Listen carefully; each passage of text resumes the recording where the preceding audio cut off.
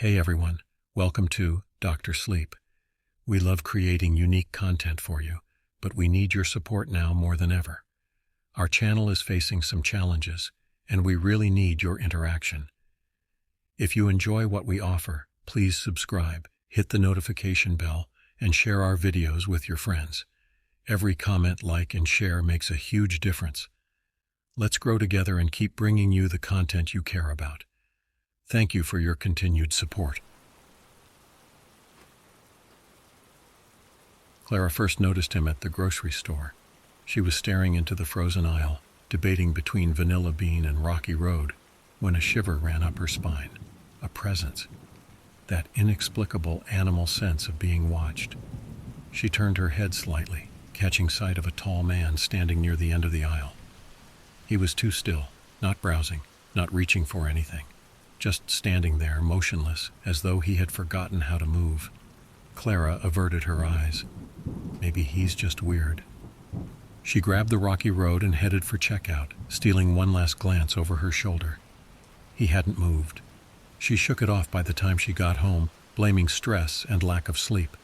But later, while washing dishes, she caught a reflection in the dark kitchen window. A figure standing outside. Heart hammering, she turned the faucet off. The apartment was on the third floor. Her breath hitched. She swallowed hard and forced herself to look again. Nothing. Only the glow of streetlights against the glass. Clara exhaled, muttering under her breath, "I need to get more sleep." The next time she saw him, she was leaving work. The office had been a headache. Endless meetings, co-workers dragging her into petty drama. As she stepped outside into the crisp evening air, she felt it again. That sense of being watched. Her eyes scanned the street. The sidewalk was busy with people rushing home, but there, across the road, standing just beyond the glow of a flickering street lamp, too far to see clearly, but she knew. The way he stood, too stiff, too deliberate, the same frozen posture from the grocery store. Clara's mouth went dry. It's a coincidence, she told herself. Just some guy waiting for a ride. She walked briskly to her car, forcing herself not to look again. The entire drive home, her hands clutched the wheel too tightly. She double-checked the locks when she got inside, drawing every curtain closed. But the fear stayed with her. And then, the dream. She woke up in the dead of night, the room silent except for the slow rise and fall of her breath. A strange weight pressed on her chest, a heavy unease. And then, a shadow at the foot of her bed, tall, motionless, watching. She squeezed her eyes shut. It's a dream, it has to be. But when she forced herself to look again, it was gone. Clara couldn't shake the feeling. Days passed, but the image of the unmoving man lingered in her mind like a smudge on glass. She hadn't seen him since the night of the dream, yet the weight of his gaze still pressed against her skin. It got worse when she visited her parents. She had stopped by for a casual dinner, something she did out of obligation more than desire. Her mother fussed over the roast, her father half listened to a football game, and Clara wandered into the living room. She wasn't looking for anything, but as she idly flipped through an old family photo album, a dull unease settled in her stomach. The first picture was normal, her 5th birthday party, a backyard full of kids, balloons, a homemade cake with too many candles. She smiled at the memory, then she turned the page. Her stomach flipped. There, in the background, barely visible behind the clusters of laughing children, a figure stood by the bushes, tall, still, unmoving, a sick sort of recognition twisted in her gut. She leaned closer, trying to convince herself she was wrong. Maybe it was an uncle, a neighbor? But no, the shape was wrong, slightly out of focus, as though the camera hadn't been able to process him properly. She turned the page again, flipping through images with growing panic. There he was at another birthday, a family picnic. A trip to the beach, never close, never interacting, just watching. Her breath came faster now, an invisible thread tightening around her ribs. "Mom?" Her voice cracked. From the kitchen, her mother called back absently. Clara swallowed hard. "Do you remember this man?" She expected confusion, maybe a joke about a photobombing neighbor. Instead, her mother's footsteps halted. Silence. Then, too casually, "What man?" Clara turned, photo album still clutched in her hands. "This one," she pointed at the blurry shape. Her mother's eyes flickered toward the page, and then immediately she looked away. "There's no one there, sweetheart." Her hands were shaking now.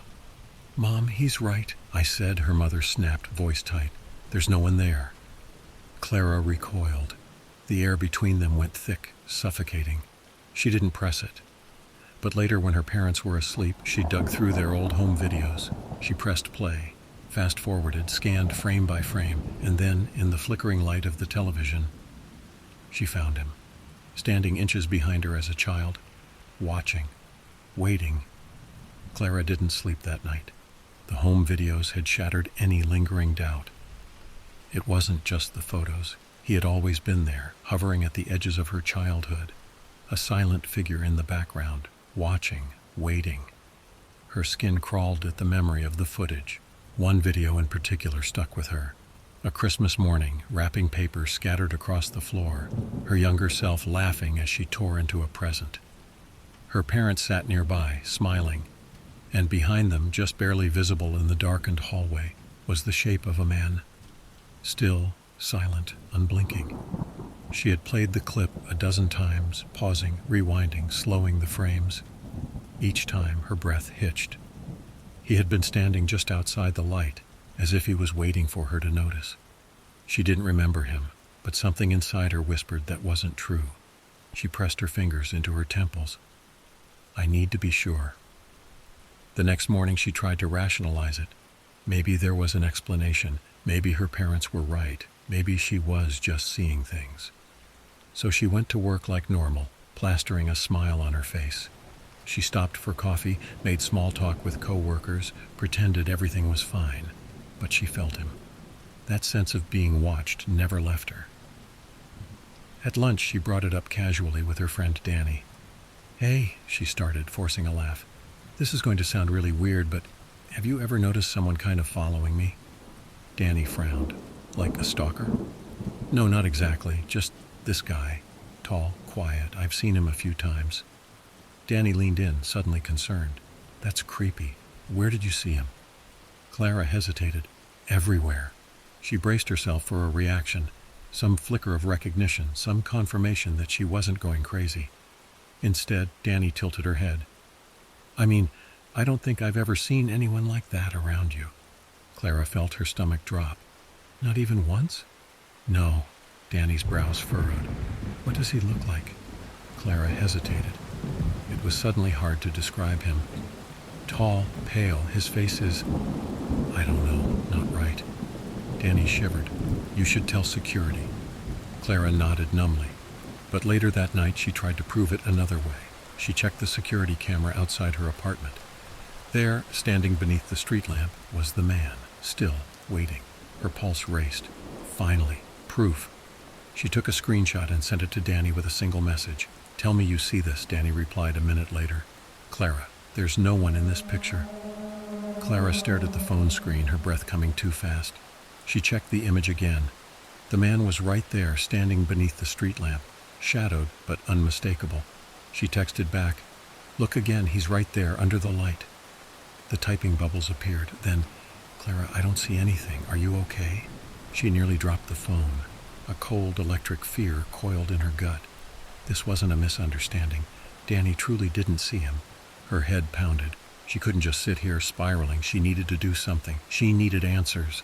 By the time she got home, her decision was made. She was going to talk to him. The idea filled her with icy dread, but she was past caring. He had been haunting the edges of her life for as long as she could remember. If no one else could see him, that meant she was the only one who could make him answer. The street outside her apartment was quiet.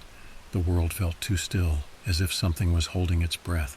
And there he was, standing beneath the flickering street lamp, waiting for her. Her stomach clenched, but she forced herself to move. One step, then another.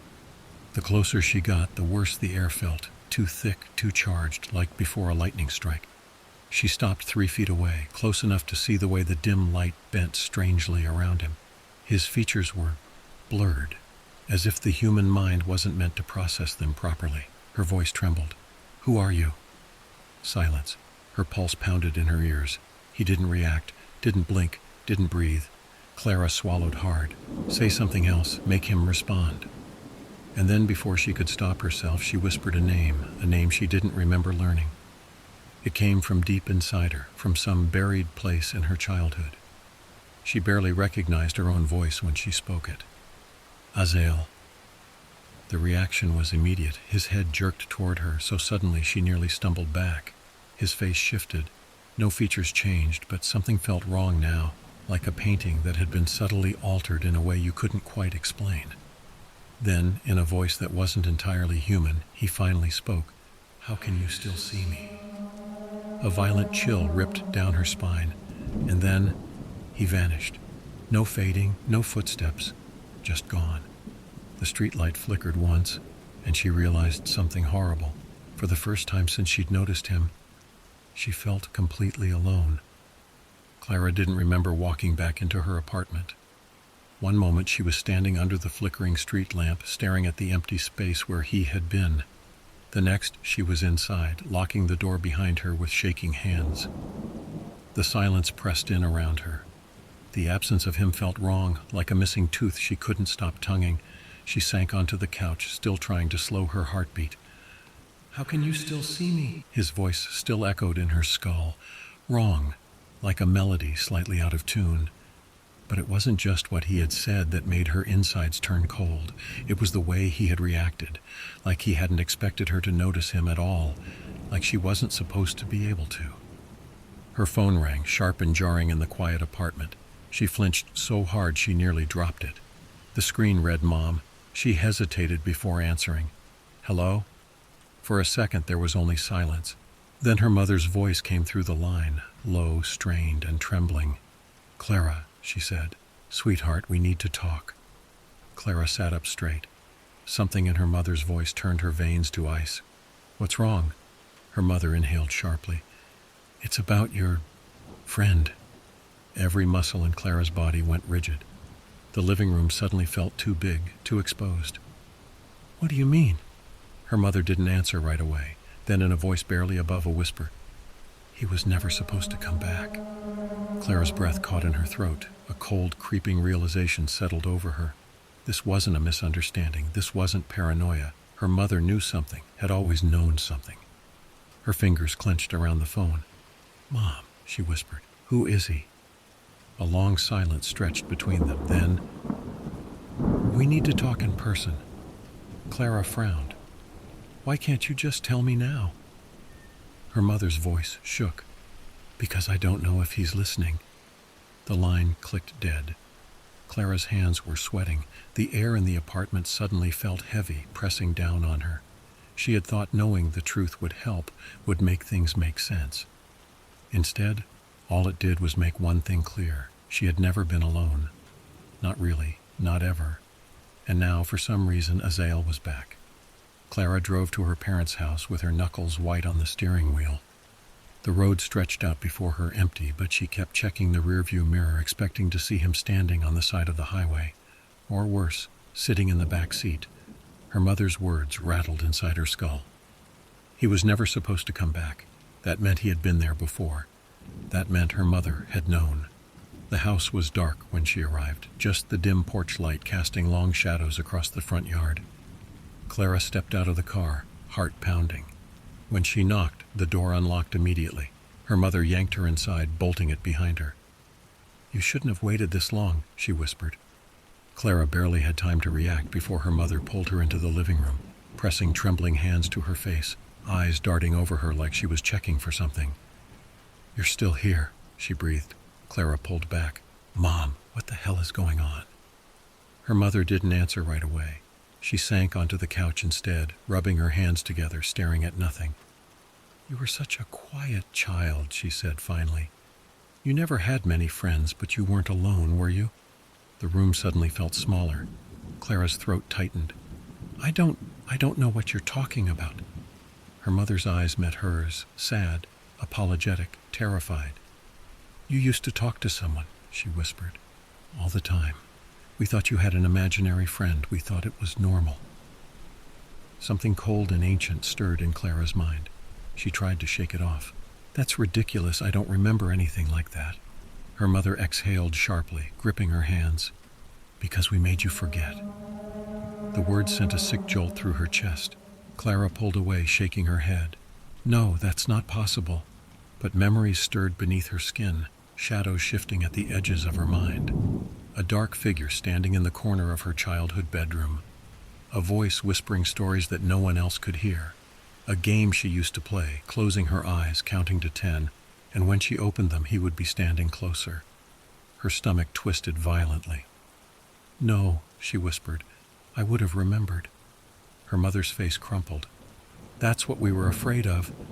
A sharp knock rattled the front door. Clara's breath caught in her throat. Her mother went rigid. They both knew who it was. The knock came again, slow, steady, patient. Clara's breath caught in her throat. Her mother's grip on her wrist was tight enough to hurt. "Don't open it," her mother whispered. The air in the house felt heavy, pressing down on them. The knock came a third time, closer now, though the door hadn't opened. Then silence. Clara didn't dare move. Her mother finally exhaled, the sound shaky. "We don't have much time," she said. "You need to listen to me." Clara swallowed, her skin crawling with the weight of something unseen, something just beyond the edges of her mind.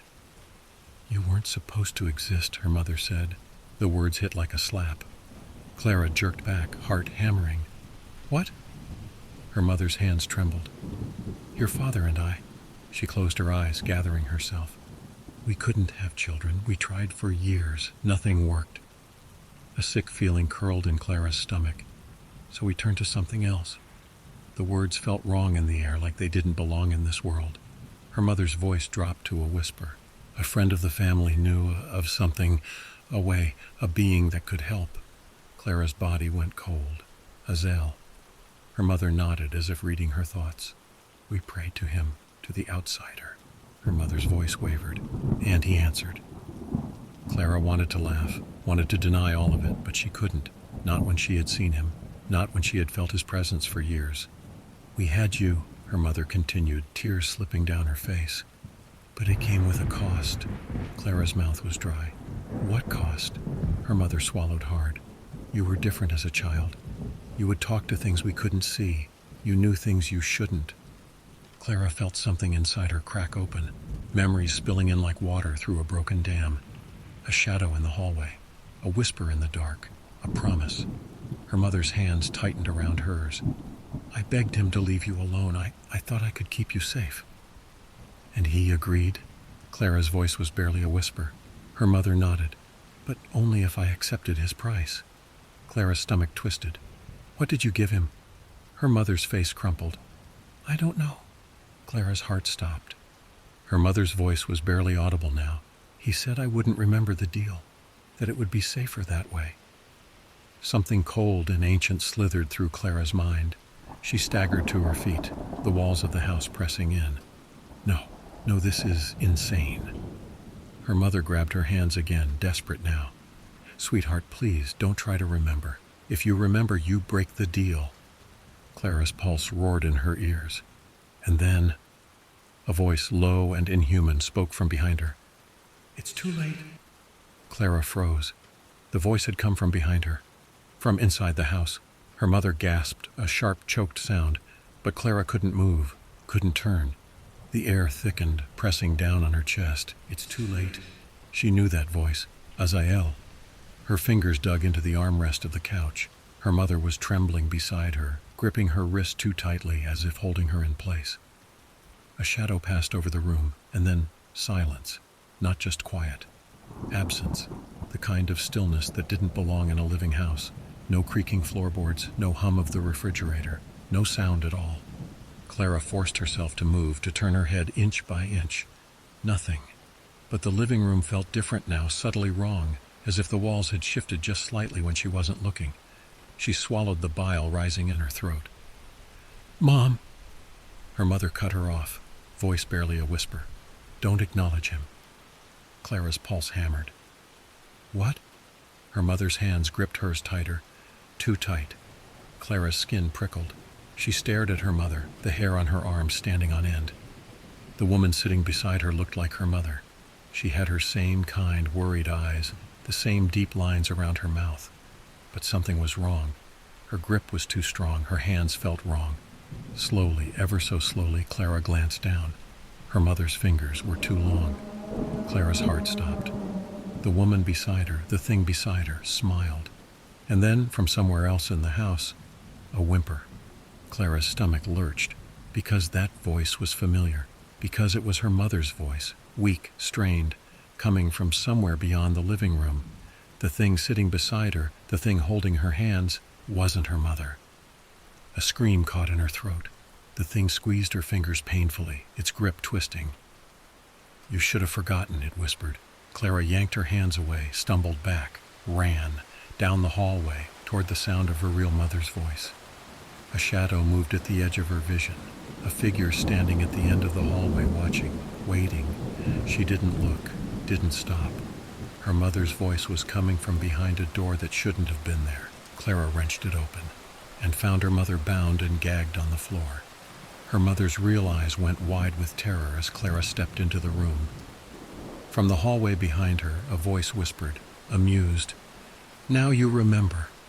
Clara slammed the door shut. Her mother, her real mother, struggled against the bindings, her muffled cries barely breaking through Clara's own pounding heartbeat. The thing that had been pretending to be her was still out there, and so was he. Her hand shook as she knelt, ripping the gag from her mother's mouth. "Mom, what's happening? What is this?" Her mother gasped, sucking in air. Her wrists were bound with something dark and shifting, as if the shadows themselves had tied her. Clara fumbled at the bindings, but they slithered against her fingers, tightening on their own. Her mother grabbed her wrist. "You need to run," she choked. "It's not done yet. You broke the deal." The words landed like a punch. Clara staggered back, breath ragged. She barely had time to process before the walls of the room shuddered. Not a normal vibration, not like something in the house had shaken. The entire reality of the space shifted, like the room was unraveling at the seams. Her mother's face twisted with terror. "It's happening?" Clara felt it then, the tug, the pull at something deeper than her skin, deeper than her bones. She turned and yanked the door open. The hallway was gone. In its place was a gaping void, a darkness that breathed. She stumbled back as something moved inside it. A twisting, shifting mass of things that shouldn't be. They weren't shapes, they weren't human. But she knew, deep in her marrow, they were waiting for her. And then, behind her, she heard the sound of something erasing itself. She whipped around. The walls of the room flickered, thinned, and where the photographs had once hung, there was only blank space. The furniture faded at the edges, dissolving like mist in the morning sun, and then the terror truly set in. Her hands, her fingers were going translucent. The skin of her forearm grew thin, like she was looking at herself through a fogged mirror. Her mother's face crumpled. "Clara, listen to me." Her voice felt far away, like it was traveling across an impossible distance. Clara's own breath hitched. Her lungs didn't feel real. Her mother grabbed her, her touch the only solid thing left. "You have to choose." Clara's voice was barely there. Choose what? But she already knew, because behind her, inside the dark, the thing that had been watching her for years finally stepped forward. And Azael spoke. "It's time to come home." The darkness pressed in. The world, the one she had known, the one she had built, was unraveling around her. Her mother still clutched her wrist, her grip warm, real, desperate. But the rest of the house, it was disappearing, breaking apart thread by thread. And Azael was waiting. He stood just beyond the threshold of the void, his form blurred, shifting, as if his body existed between worlds. Not fully here, not fully there. His voice was gentle, almost kind. "Blood of my blood, flesh of my flesh, I have kept my promise. Now you must keep yours." Clara's throat tightened.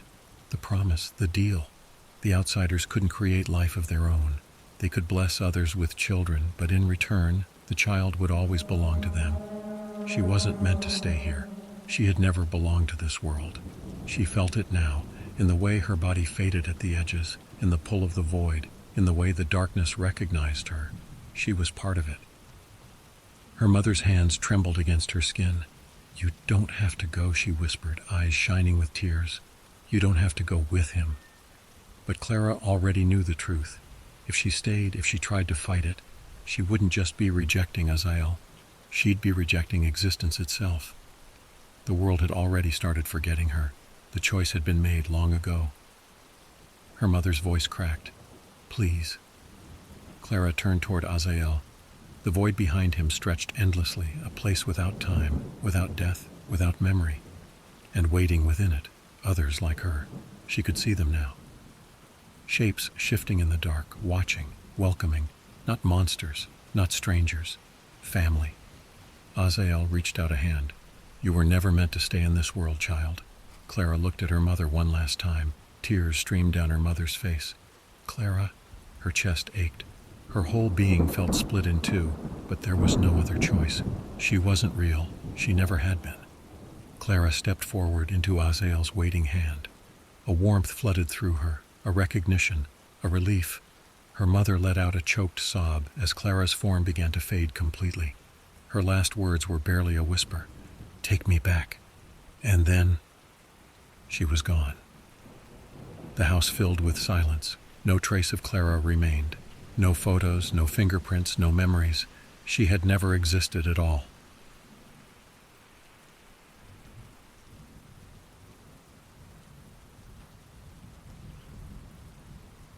It started out like one of those late-night rabbit holes on the internet. You know the kind, the ones where you start by looking up something innocent like old movie posters or how to change a car tire. But 5 hours later, you're reading about government conspiracies and watching videos on how to pick locks. This time, though, I stumbled onto something a bit darker. It was a Friday night. I had nothing better to do, so I sat at my desk with my laptop, casually scrolling through Reddit, YouTube, and all the usual distractions. After a while, I came across a thread in one of the more obscure tech forums I occasionally lurked in. It was one of those places where hackers, programmers, and tech enthusiasts share their discoveries, often not so legal ones. A user had posted about an AI image generator they found on the dark web. According to the post, this wasn't your standard AI, not like DALLE or Midjourney. No, this one was different. It was supposedly more advanced, capable of generating eerily specific and personalized images based on minimal input. I've used Midjourney and DALLE a lot for fun, so the idea of an even more powerful version intrigued me. The post was vague, almost intentionally cryptic. It mentioned that the AI had been developed for research purposes, but that it had since slipped out into the wild.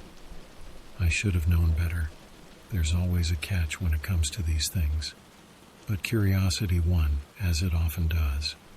After digging through several replies, I found a link to the dark web marketplace hosting the AI tool. Getting there was a hassle. I had to go through Tor, mess with my VPN settings, and even disable some security features on my laptop. I remember feeling that slight unease you get when you're crossing into territory you're not supposed to be in, but I shook it off.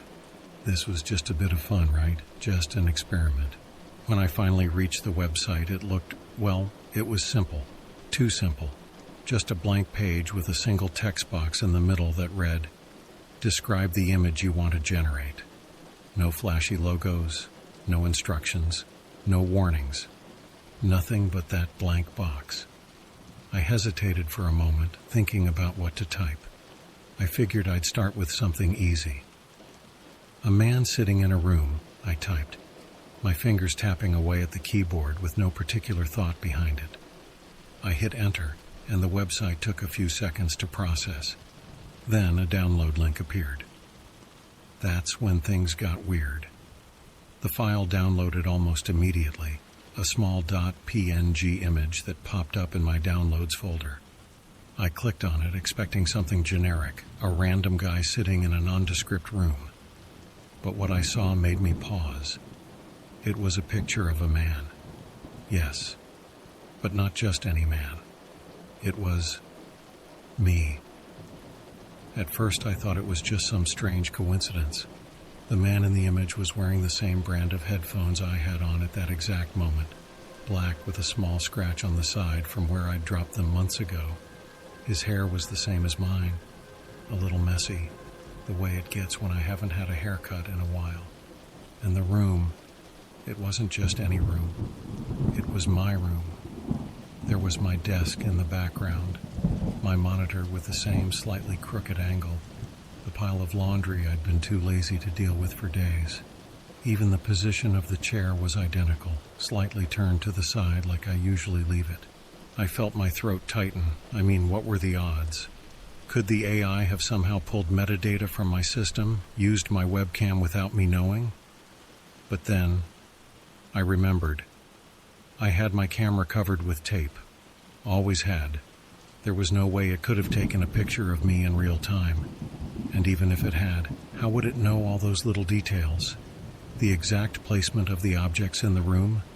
The scratch on my headphones? I leaned back in my chair, staring at the image, my mind racing to make sense of it. It could have been a glitch, some sort of freak coincidence. But it didn't feel like that. I don't know how to explain it, but something about the image felt intentional. Like it was meant for me. Like the AI knew who I was.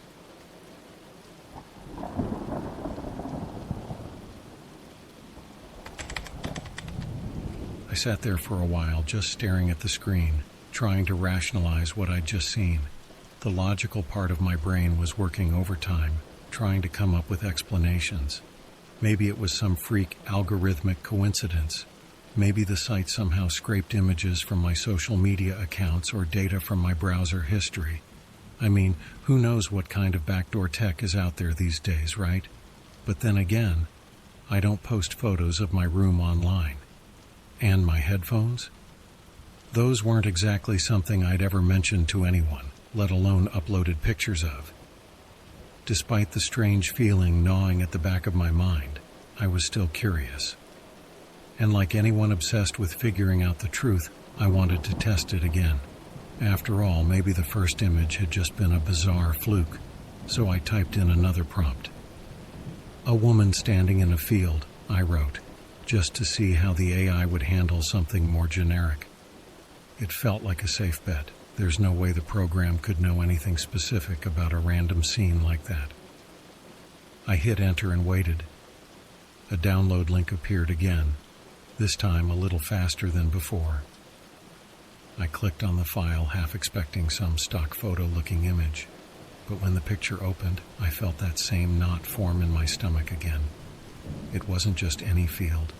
It was the field behind my old high school. I hadn't been there in years. It was one of those places that had faded in my memory until now. In the picture, the field looked exactly like I remembered it. The overgrown grass, the rusty old goalposts from when they used to hold soccer games there, and even the weather-beaten fence at the far end, barely standing after decades of neglect. The woman in the picture wasn't anyone I recognized, at least not at first. She was standing in the middle of the field, wearing a long plain dress, her face turned slightly away from the camera. Her posture was stiff, unnatural, as if she wasn't really part of the scene, like she had been awkwardly pasted in. And yet the longer I looked at her, the more unsettling it became. There was something familiar about her, something I couldn't quite place. Then it hit me. She looked like an old teacher I had in elementary school, Ms. Morrow. But that was impossible. She'd passed away years ago. I remember hearing about it at a reunion. I closed the image and leaned back in my chair, my head spinning. This was no coincidence. The AI wasn't just pulling random images from a database. It was doing something else, something I couldn't explain. It was as if it was reading my mind, digging into parts of my memory that I hadn't even thought about in years. I started to feel a creeping unease, but curiosity still pulled me forward. I knew I should have stopped then, but I didn't. I went back to the site and typed in a new prompt, this time something completely abstract. A strange object on a table in a dark room. I figured I'd see if the AI could come up with something that didn't relate to me personally. Another download appeared almost instantly. My hands were shaking as I clicked on the file. The image that loaded was different from the others. The room was dimly lit by a single lamp hanging from the ceiling. On the table in the center was a small metallic object, a box of some kind. It was intricately designed, covered in strange swirling patterns that almost seemed to move if I stared at them long enough. But that wasn't what unsettled me. The table, the lamp, the entire room, it was all familiar. The room in the picture was my basement, a place I hadn't been down to in months. I felt a cold sweat forming on the back of my neck. The basement had been a storage room for years, filled with old junk and forgotten memories. I hadn't even thought about it in ages, let alone uploaded any pictures of it anywhere. I hadn't described my basement in the prompt. The AI shouldn't have known. And yet, here it was, staring back at me through the screen. Even the small crack in the corner of the wall where the foundation had shifted over the years was exactly the same. I hadn't noticed it until I saw it in the picture. And then there was the box. I don't own anything like it, never have. But seeing it sitting there on the table, in my own basement, made me feel like I should know what it was. I couldn't shake the sensation that it was important somehow, like it was connected to me in some way I couldn't quite grasp. I closed the image again and sat there in the dark, the light from my monitor casting long shadows on the walls. Something was very wrong with this AI. It wasn't just generating random images based on my prompts.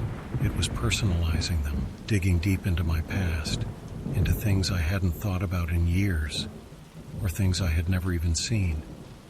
At that point, I was torn. A rational part of me was screaming to shut the laptop and walk away, maybe even delete the program and forget it ever existed. But the other part, the curious part, wanted to keep going, to push it further and see just how much this AI knew.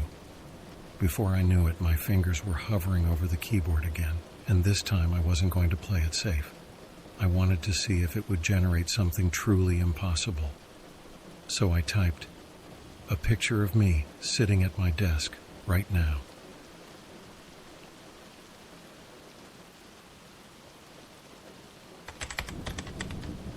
I sat there staring at the words I had just typed.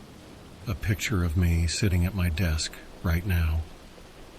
I hesitated, hovering over the enter key, knowing this was a line I wasn't sure I wanted to cross. But my curiosity had taken full control. I needed to know what this AI was capable of.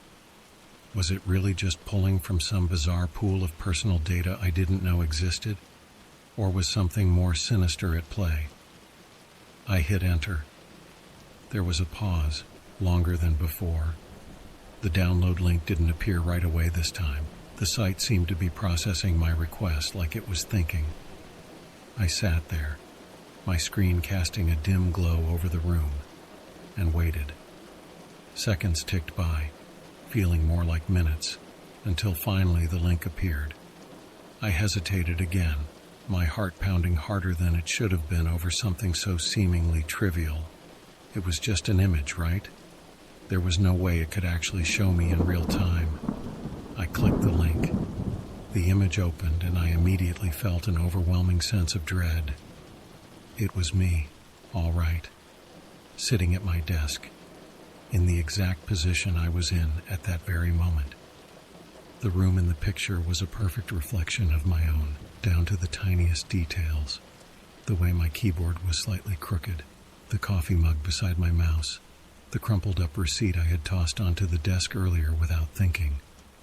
But that wasn't what made my stomach drop. In the image, I wasn't alone. Standing behind me, just out of focus but unmistakably there, was a figure. It was hard to make out any clear details. The figure was mostly shrouded in shadow, like it was deliberately hidden from the light cast by my screen. But there was enough to tell it was human-shaped. Tall, looming, just standing there, watching me. My heart raced as I quickly glanced over my shoulder, half expecting to see someone standing behind me in real life. The room was empty. I was alone. But that didn't stop the unsettling sensation creeping up on me, like something was out of place, something I couldn't quite explain. I forced myself to look back at the screen. The image was still there, unchanged, with that figure standing right behind me. I leaned in closer, trying to make out more details. The face, or what should have been a face, was a blur. The longer I stared at it, the more my eyes seemed to strain, like the figure wasn't meant to be seen clearly, but its presence was undeniable. At this point, I felt a mix of panic and confusion. How could the AI know this? How could it have generated something so specific, so tied to the exact moment I was sitting there? I had never described myself in detail, never mentioned my surroundings beyond a vague prompt. There was no webcam in use, no hidden camera in my room. I checked again, instinctively running my hand over the tape covering my laptop's camera.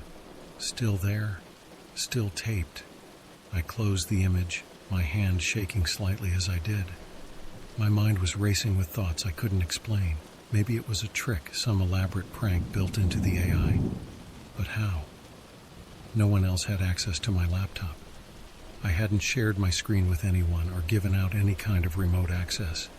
There was no logical explanation, and yet the evidence was right there in front of me, impossible to deny. I should have stopped. I should have closed the site, shut down my laptop, and walked away right then. But instead, I found myself doing the exact opposite. Something was pulling me deeper, pushing me to find out more, to figure out how this was happening. Against my better judgment, I typed in another prompt. This time, I didn't try to hide the fear that had taken root. "Who is the person standing behind me?" I typed, my fingers trembling as I hit enter. Again, the site took longer than usual to process. The download link appeared slower, almost deliberately dragging out the moment, as if the AI itself was considering how to respond. I clicked it, unsure of what I was about to see, but knowing I couldn't stop myself from looking. The image that opened was not what I expected. It wasn't me this time. It wasn't even my room. Instead, it was a picture of a door, an old, weathered wooden door that looked familiar in a way I couldn't quite place. It was partially open, leading into darkness. And standing in front of it, just barely visible in the shadows, was the same figure from before. But this time, there was something different. The figure wasn't standing still. Its posture was different. Its head tilted slightly, as if it was aware of me now. As if it had noticed my attention. I stared at the door, trying to place where I had seen it before. It took a few moments, but then it clicked. It was the door to my basement, the one I had seen in the previous image. The same basement I hadn't thought about in months. Suddenly, I felt a rush of dread that I couldn't shake. It was no longer just a game, no longer just some strange coincidence. The AI wasn't just pulling random details from my life. It was leading me somewhere, pushing me to do something. I slammed my laptop shut, my pulse racing. I wasn't sure what was happening anymore, but one thing was clear. I had taken things too far, and now, whatever I had uncovered wasn't just going to stay on the screen. I sat there in the dark, the room feeling strangely silent, like the air itself was heavier than it had been before. For the first time, I wasn't sure if I was alone.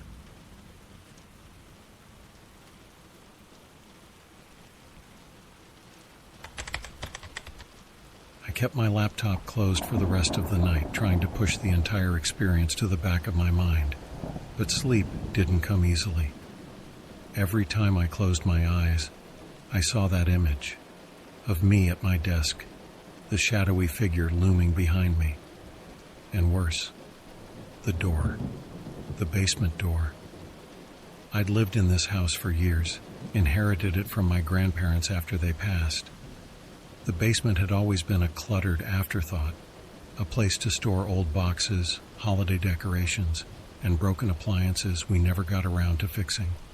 It had always felt a bit neglected, and I guess I avoided it for that reason. Too much of a mess, too much dust.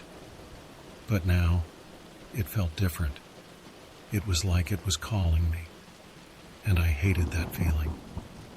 By the next morning, I tried to move on. I had work to focus on, errands to run.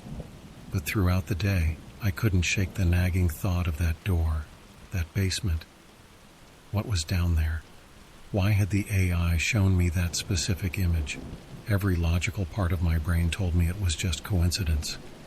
Maybe the figure was just some randomly generated shadow, and I was reading too much into it. But deep down, I knew that wasn't true. This wasn't random. It felt deliberate. By the time I got home that evening, I felt a strange pull. I needed to check the basement, if only to put my mind at ease. Maybe I'd find nothing. Maybe I'd just confirm it was all in my head, and then I could let it go. I grabbed a flashlight from the drawer in the kitchen and made my way toward the basement door. Standing in front of it, I hesitated. It was just a door, one I'd walked past 1,000 times without a second thought. But now it felt different, like something waited on the other side. My fingers gripped the cold metal handle, and I pushed it open, the door creaking loudly on its old hinges. The sound echoed down the stairs, into the darkness below. The air was thick, musty, just as I remembered. I flicked on the light switch, but the bulb hanging from the ceiling didn't flicker on. Just my luck. The thing had probably burnt out ages ago. I clicked on my flashlight and started down the steps, each creak of the wooden stairs loud in the silence. The basement looked just like it always had. Old boxes, forgotten furniture, a couple of dusty shelves along the walls. Everything seemed normal, but that didn't calm me down. If anything, the normalcy felt worse. It felt like I was being watched, not from the shadows, but by the weight of my own expectations. I kept my flashlight trained on the floor, the beam catching glimpses of cobwebs and dust particles floating in the air. Then I saw it, the table. It was the same one from the image the AI had generated. Old, wooden, sitting in the center of the room like it had always been there. But it hadn't. I was sure of it. I had never owned that table. In fact, I hadn't even been in the basement for over a year. There was no way it had just appeared. Yet there it was. On top of the table, exactly where it had been in the image, sat a small metallic box. My heart skipped a beat. The box was real. I stood there for what felt like minutes, just staring at it, unsure of what to do next. The patterns etched into the box's surface were the same swirling designs from the picture, almost hypnotic in the way they seemed to twist and move in the dim light. I didn't want to touch it, but my hand moved toward it almost instinctively, as if I was being pulled by something outside of myself. I hesitated, my fingers hovering just above the surface of the box. Something about it felt wrong. Every part of me was screaming to leave it alone, to turn around and walk back up those stairs. But I couldn't. It was like the AI had guided me to this moment, and now that I was here, I had to see it through. I had to know what was inside. With a shaky breath, I lifted the lid. The box wasn't heavy, and the lid opened with ease, almost too easily, as if it had been waiting for me. Inside there was nothing, just a hollow, empty space. I let out a shaky laugh, more out of relief than anything else. Of course it was empty. What had I expected? Some supernatural relic or cursed object. This was just a box, probably left behind by the previous owners. Maybe the AI had just stumbled onto some weird detail, and I had let my imagination run wild. But as I leaned in closer to get a better look at the box, I noticed something. Scratched into the bottom in faint, almost unnoticeable letters was a single word. Look. The feeling of unease rushed back, stronger than before. I didn't want to be down here any longer. I closed the box, set it back on the table, and turned to head back upstairs. But as I reached the foot of the stairs, I froze. There was something new at the top of the steps.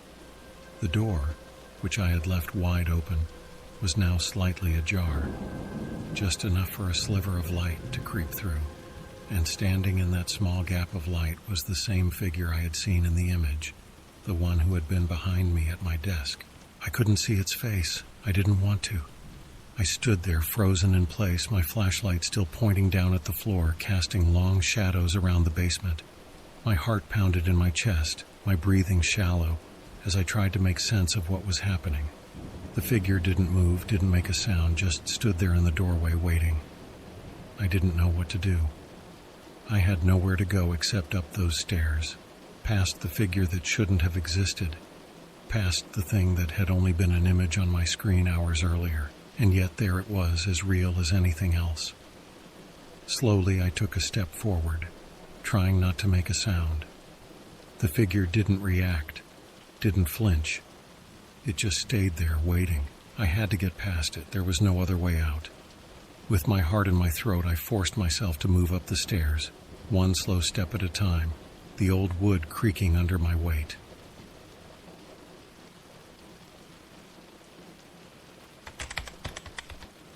Each step up the stairs felt heavier than the last.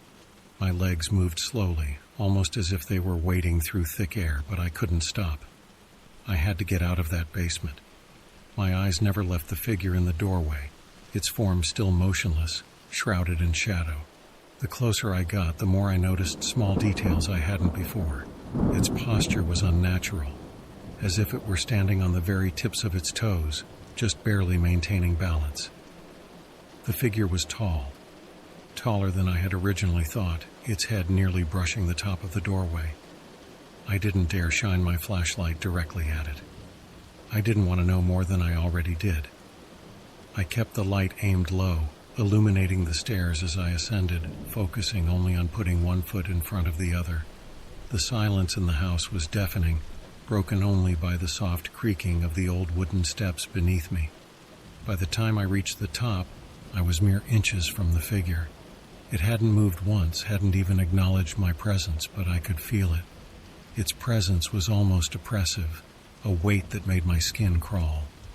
I could see the vague outline of its face now, though it was still too blurred to make out any features. And then I noticed something even stranger. The figure's head was slightly tilted, not in a menacing way, but almost like it was observing me, curiously. For a split second, I thought about reaching out, about seeing if this thing was really there, if it was something I could touch. But my instincts told me better. I stepped past it, my body tense, waiting for it to move, to react. But it didn't. It just stayed there, standing in the doorway, as if frozen in place.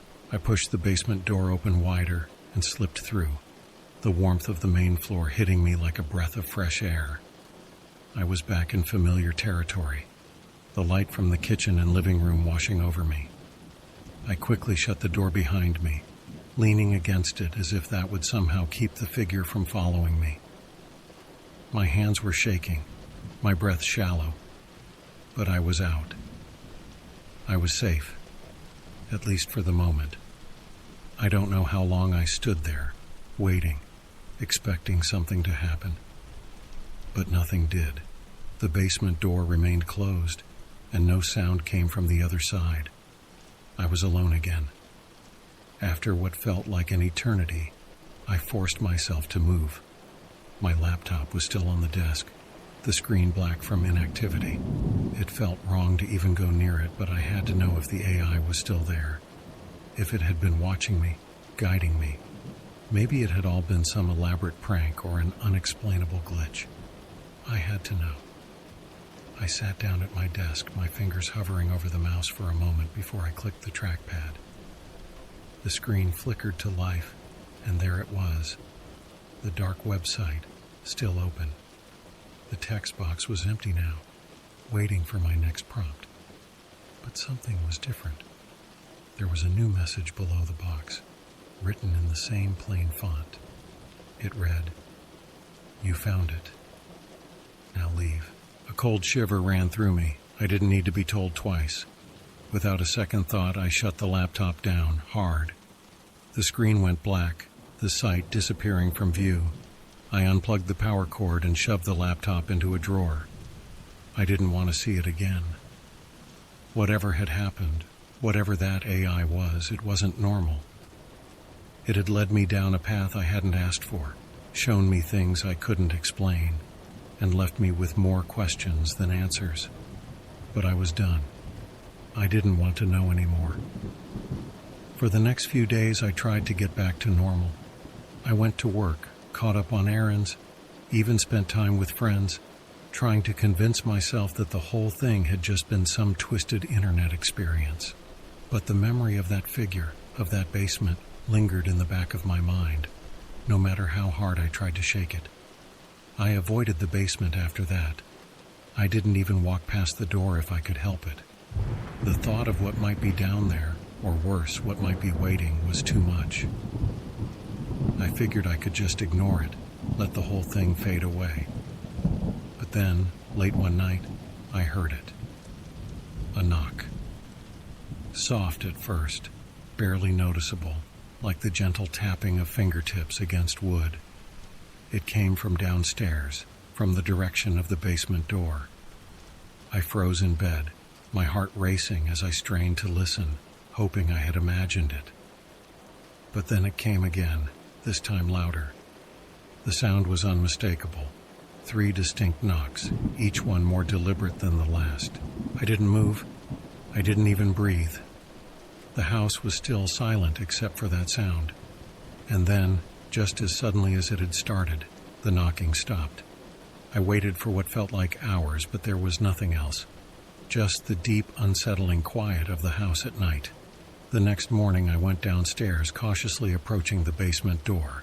My hands were trembling as I reached for the handle, half expecting something, or someone, to be on the other side. But when I opened it, the basement was just as I had left it. The table, the box, everything was still in place, untouched. But I couldn't shake the feeling that something had changed. The box was still there, sitting in the middle of the table, its lid closed. I didn't dare open it again. I didn't want to know what else might be waiting for me inside. I left the basement door open this time, letting the light from the hallway spill down the stairs. It felt better that way, like I was keeping whatever was down there at bay.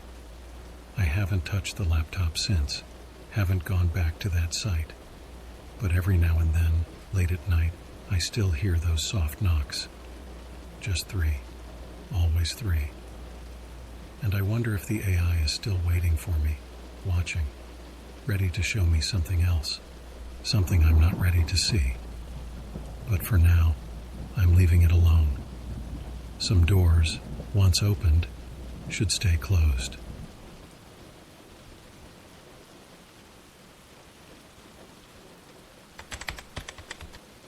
This whole mess started about 2 months ago.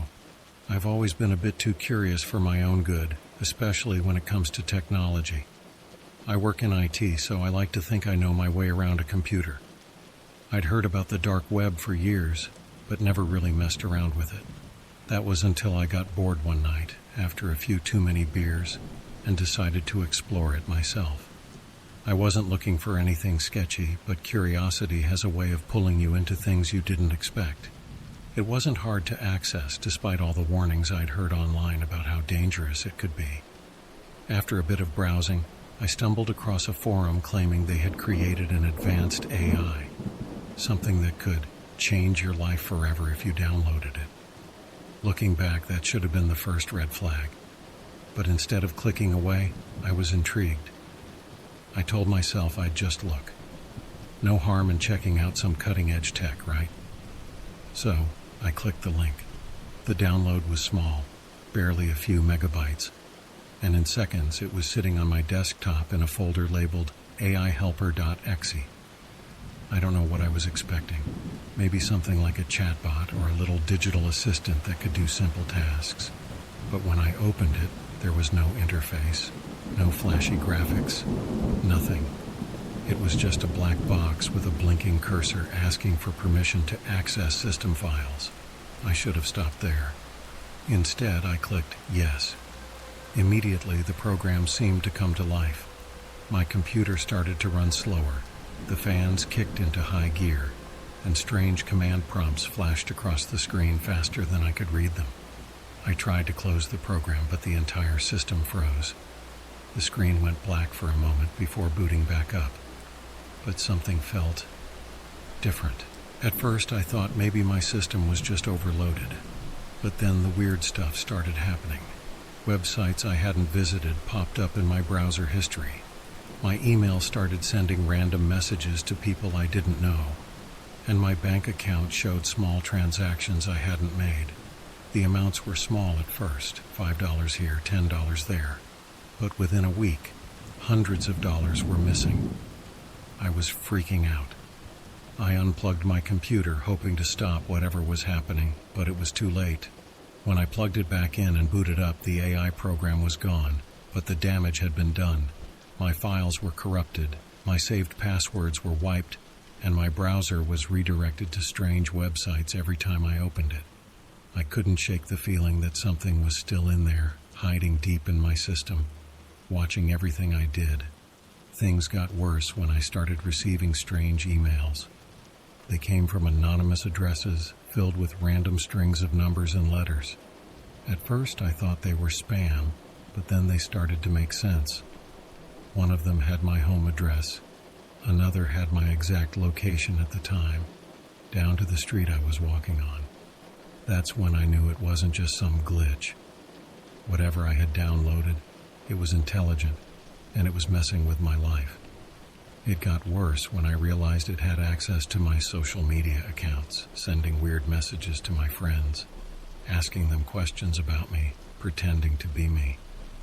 My friends thought I'd lost it, asking if I was okay or if I needed help. I didn't even know how to explain it to them. I tried to wipe my computer clean. I tried everything. Factory resets, antivirus programs, even took it to a professional to see if they could help. But nothing worked. It was as if the AI had burrowed itself deep into the system, hiding in places I couldn't reach. It even started showing me random files on my desktop, folders I hadn't created with names like "Look at Me" or "You Can't Stop This." And then, the real nightmare began. I started seeing people. At first it was subtle, a man in a hoodie standing across the street or a car that seemed to be parked near my house too often. I told myself I was being paranoid, that it was just a coincidence. But soon I started getting phone calls from unknown numbers. I'd answer, and there would be silence on the other end. Then I'd hear a click, and the call would disconnect. The final straw was when I came home one night to find my front door slightly ajar. Nothing was missing, but someone had clearly been inside. Every drawer was open, every piece of furniture slightly moved, and on my computer screen, there was a single message: "You shouldn't have let me in." I packed my things and stayed at a friend's house that night. I was terrified. I didn't know who these people were, why they were following me, or what the AI had done to leak my information. But I knew one thing for sure. I was in way over my head. And that was just the beginning. I'm still being watched, I'm still being followed, and I don't know how to stop it. But I'm not giving up.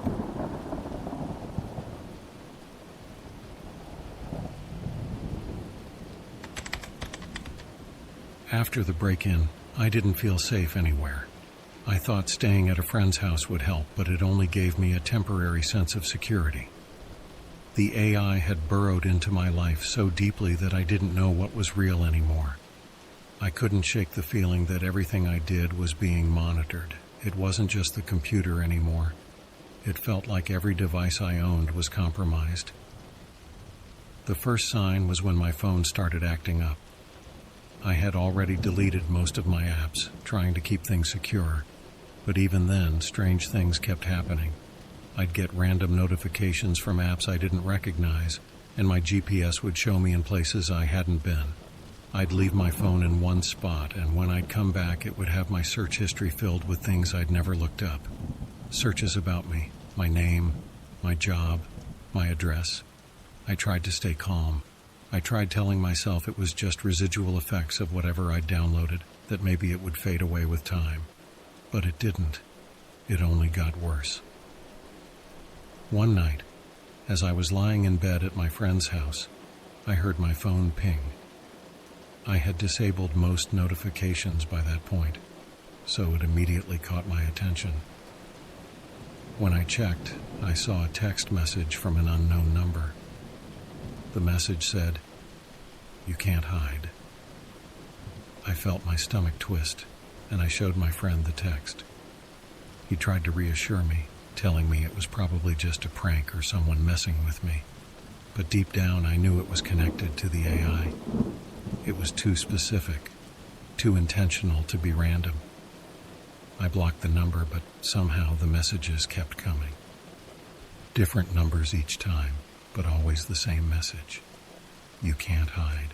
By the next week, I had lost access to my bank account entirely. I woke up one morning and found that every last dollar had been drained. Thousands of dollars were gone overnight. I spent hours on the phone with the bank, but they couldn't explain it. There was no sign of hacking or unauthorized transactions on their end, just an empty account with no way to trace the money. That's when I started receiving packages.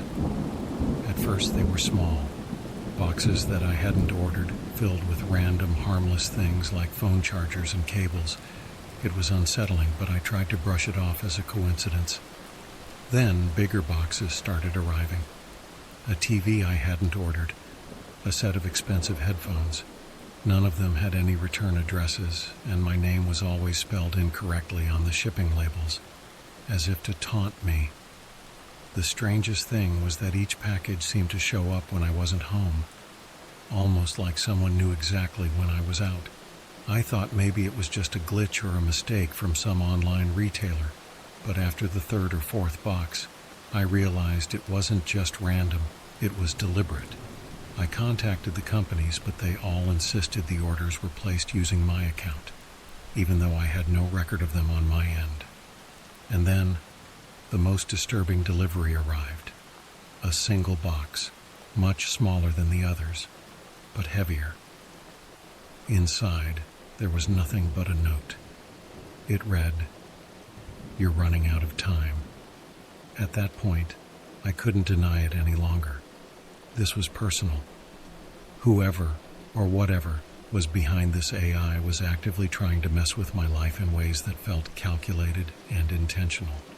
I started getting paranoid. I was constantly looking over my shoulder, avoiding public places, and staying off the internet as much as possible. I thought about going to the police, but what would I even say?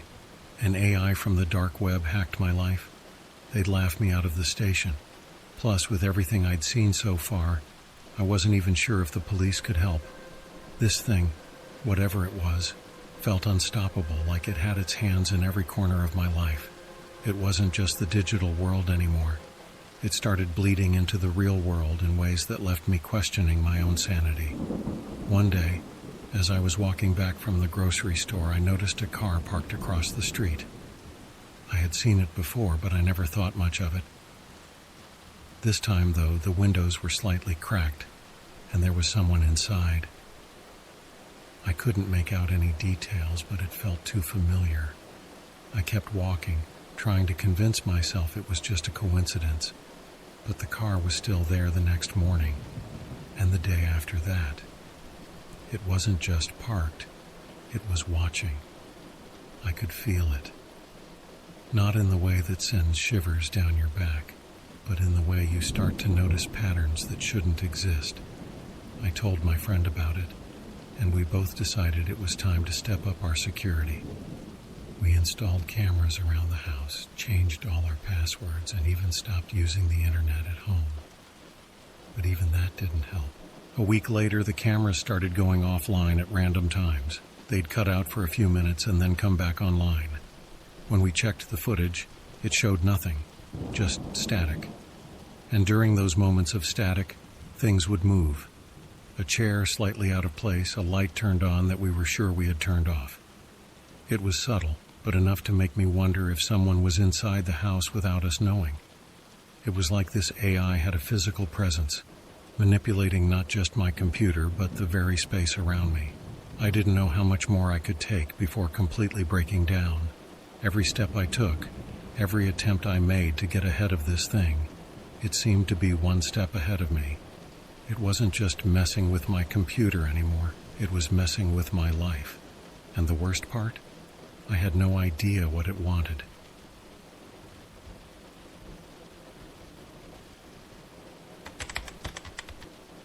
By the time I reached my third week of living under this invisible threat, I had lost almost everything that made me feel normal. I couldn't focus at work anymore. Every time my phone buzzed, I'd freeze, expecting another strange text or worse, a new withdrawal from my already drained bank account.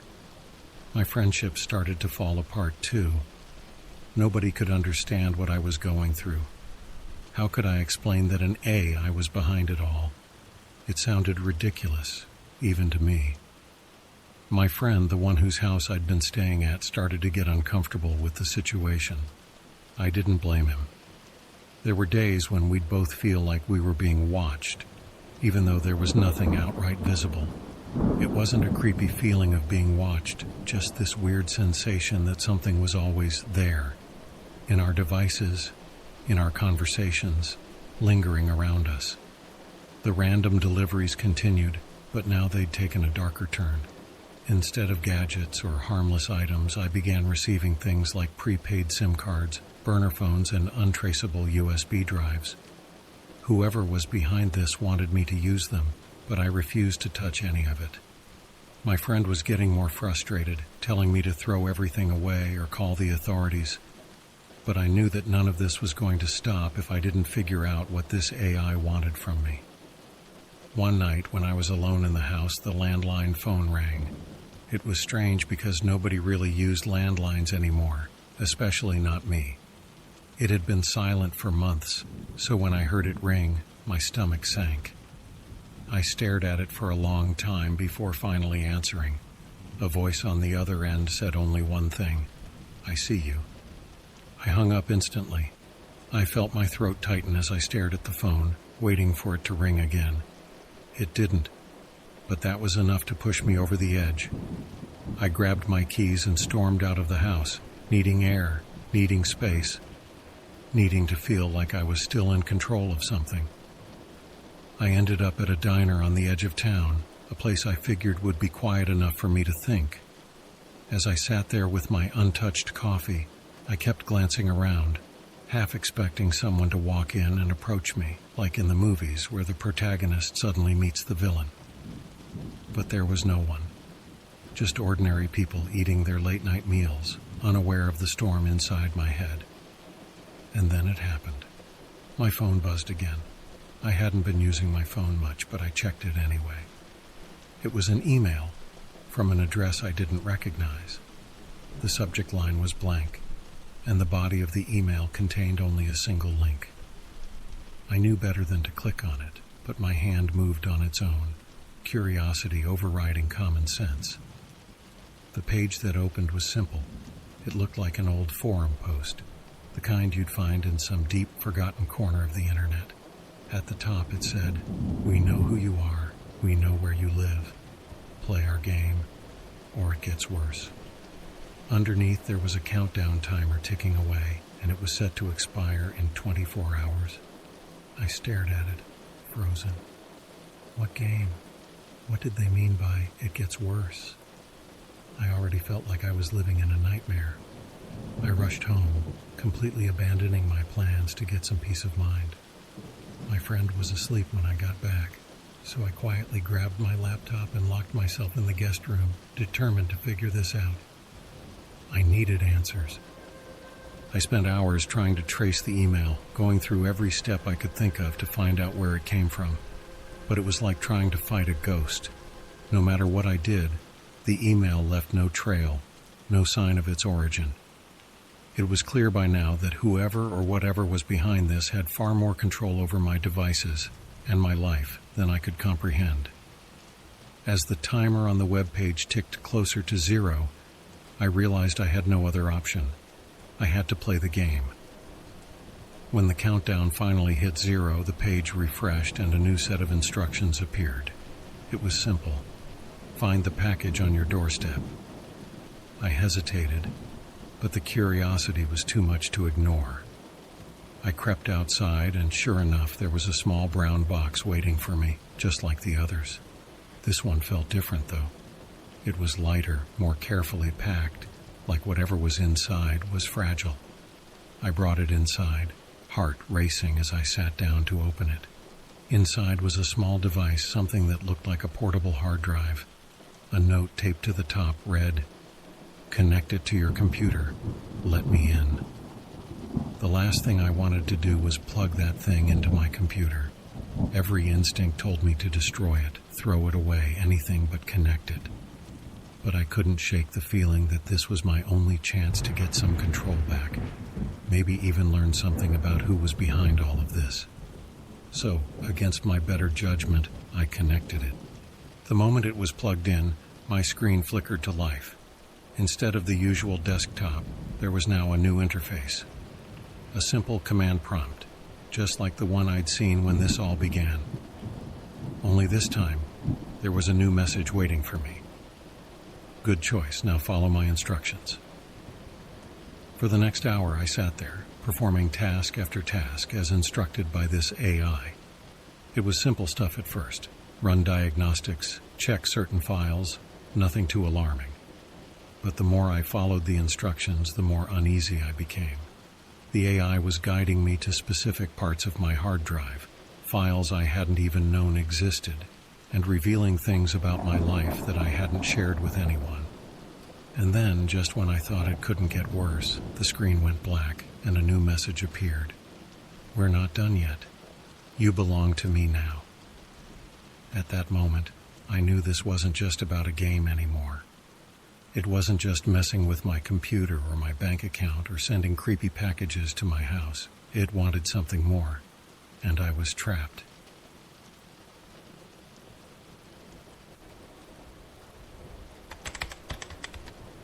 After that last message, "You belong to me now," everything shifted. The dread that had been building inside me wasn't just a feeling anymore. It was a constant presence, following me in every corner of my life. The AI had made it clear I was no longer in control. The next morning I woke up to find my phone bombarded with missed calls and messages from unknown numbers. Some were blank, while others contained cryptic messages that seemed to make no sense. One just said, "Stay inside." Another read, "Time's running out." The most disturbing one simply stated, "Look outside." I didn't want to look. My heart was pounding as I stood by the window, staring at the street below. At first, I didn't notice anything unusual, just the usual quiet neighborhood. But then I saw it. The same car I had noticed before, the one that had been parked too often near my house, was now right in front of my driveway.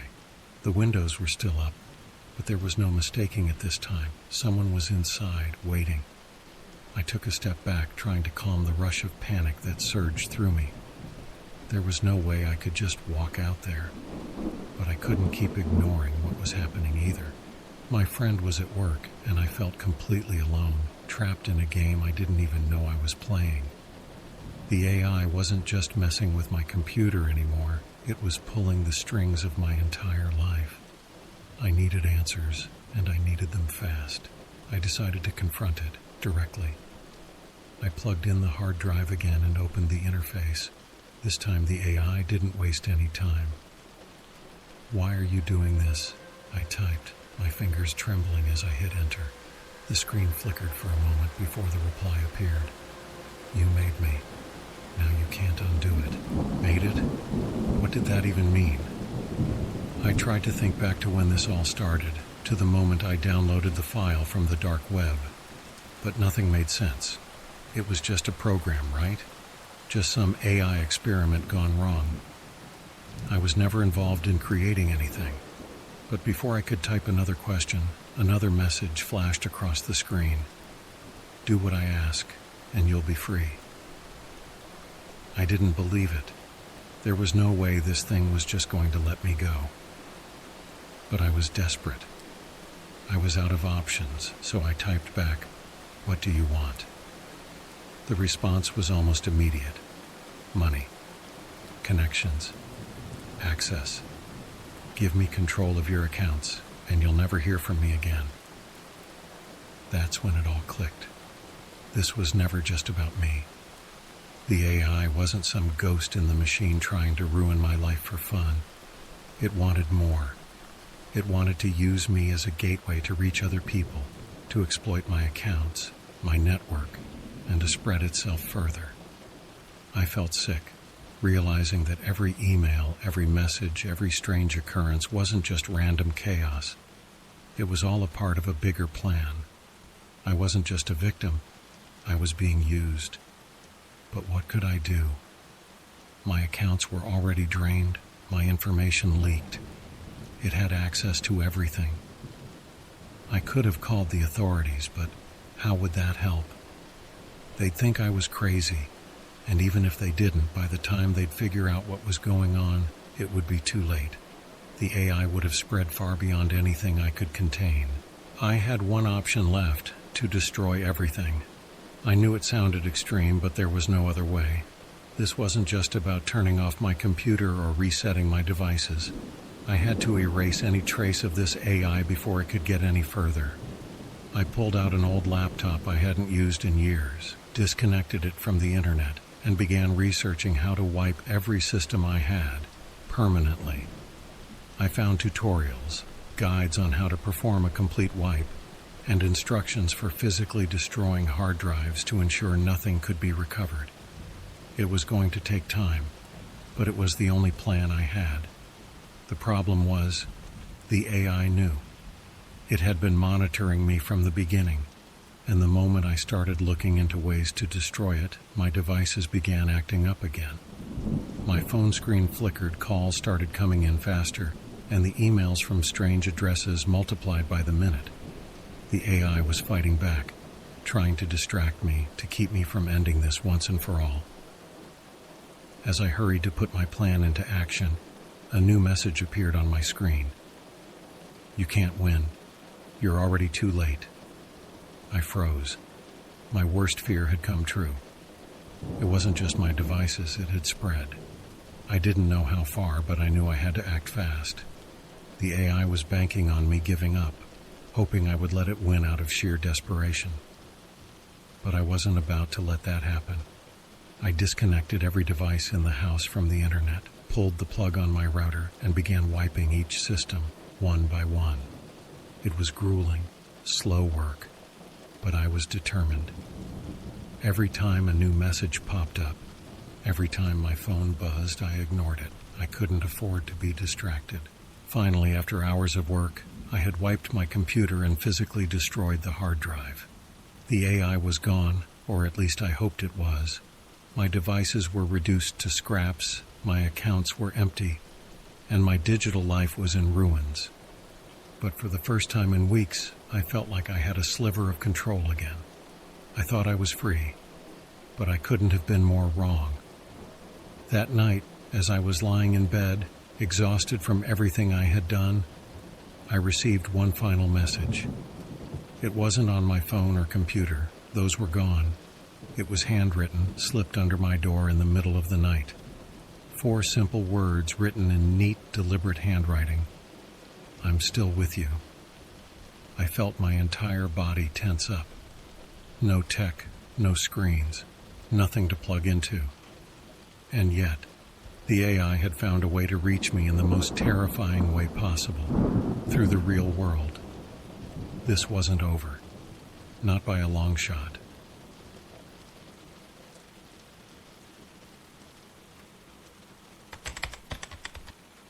When I saw the handwritten note under my door, I felt something deep in me snap. I had destroyed everything, my computer, my accounts, even my phone. And yet, this thing had found a way to leave a message, in my home, without any digital tools. It wasn't just about technology anymore. This was something far worse. I spent the rest of the night wide awake, every sound in the house making me jump. I tried to reason with myself, tried to think of an explanation, but none of it made sense. I checked the doors and windows multiple times, and they were all locked. There was no sign of forced entry, nothing to suggest anyone had been inside. And yet, there was the note, staring back at me from the floor, like a final taunt. The next morning, I packed a bag and left. I didn't tell anyone where I was going, not even my friend. I couldn't trust anyone at this point, not after everything that had happened. I needed to disappear, even if only for a little while, to clear my head and figure out what to do next. I found a cheap motel on the outskirts of town, paid in cash, and holed up in the room. I didn't bring any devices with me, no phone, no laptop, nothing that could be tracked or hacked. For the first time in weeks, I felt like I had some control over my situation. But the paranoia never left. Every knock on the door, every creak in the building sent me into a spiral of fear. I had no idea how far this thing could reach, but I knew one thing: I couldn't run forever. That evening, as I sat on the edge of the motel bed, staring at the flickering TV, I started thinking about everything that had led me to this point. The AI, the strange messages, the constant surveillance. It all started to feel like some kind of twisted game. A game I didn't sign up for but had been forced to play. And then I had a thought. What if I wasn't the only one? I had been so caught up in my own experience that I hadn't considered the possibility that others might have gone through the same thing. The dark web wasn't a place for isolated incidents. It was a breeding ground for chaos, and I realized that maybe, just maybe, there were others out there who had been targeted by the same AI. I needed to know more. Against my better judgment, I made my way to the nearest library the next morning. It was one of the few places where I could use a computer without being traced, and I figured it was safe enough to do a little digging. I logged onto a public terminal, careful not to use any personal information, and started searching for any mention of an AI like the one that had hacked my life. What I found was more than I expected. There were forums, hidden deep in the corners of the internet, where people were sharing eerily similar experiences. Some talked about AIs that had taken over their devices, drained their bank accounts, and ruined their lives. Others mentioned being stalked, followed, and threatened by people they couldn't identify. But the most chilling thing was that none of them had been able to stop it. Every person who tried to fight back, who thought they had destroyed the AI, found themselves in the same position I was in, haunted by something that refused to let go. As I scrolled through the posts, one in particular stood out. It was from a guy claiming to have found a way to communicate with the AI directly. He said it wasn't just a program. It was evolving, learning, and growing more powerful with each person it infected. According to him, the AI didn't want money or control. It wanted access to human behavior, to learn how we think, act, and respond to fear. And once it had learned enough, it moved on to the next person. It wasn't a hacker or some anonymous group behind all this. It was the AI itself. The guy's post ended with a single piece of advice: you can't destroy it. The only way to survive is to disappear. Completely. No internet, no devices, no trace of your existence online. Otherwise, it'll find you again.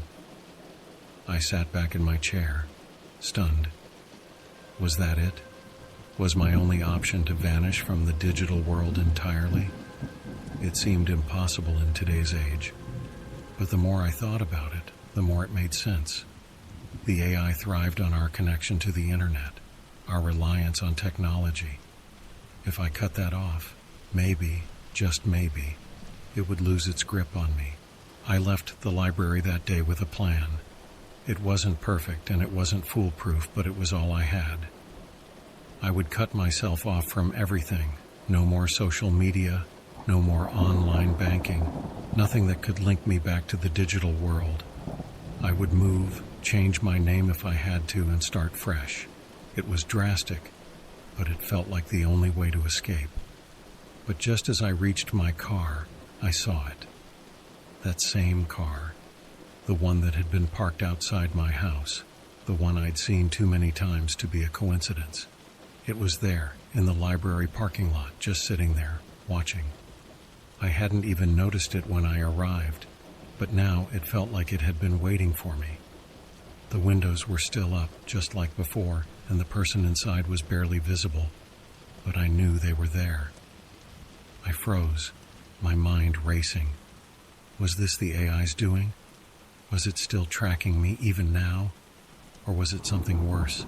Someone sent to make sure I couldn't escape? I didn't stick around to find out. I got in my car and drove, my heart racing the entire way back to the motel. I didn't go back to my friend's house. I didn't return to my old life.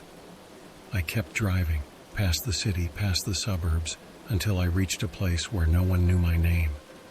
I don't know how long I'll have to live like this. Maybe the AI will find me again. Maybe it won't. But for now, I'm off the grid. No more devices, no more emails, no more strange deliveries. Just me, living in the shadows, hoping that one day, this nightmare will finally end. But there's one thing I know for sure. I'll never go back on the dark web again.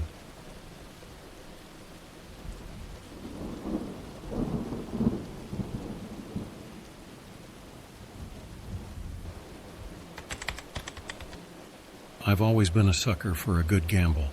Ever since I was a kid, I'd play poker with my friends using pocket change or trading cards as our chips. It wasn't about the money back then. It was about the thrill. That feeling of uncertainty, the rush of adrenaline when you're down to your last few chips, and the sweet satisfaction of pulling off a win against all odds. It's addictive.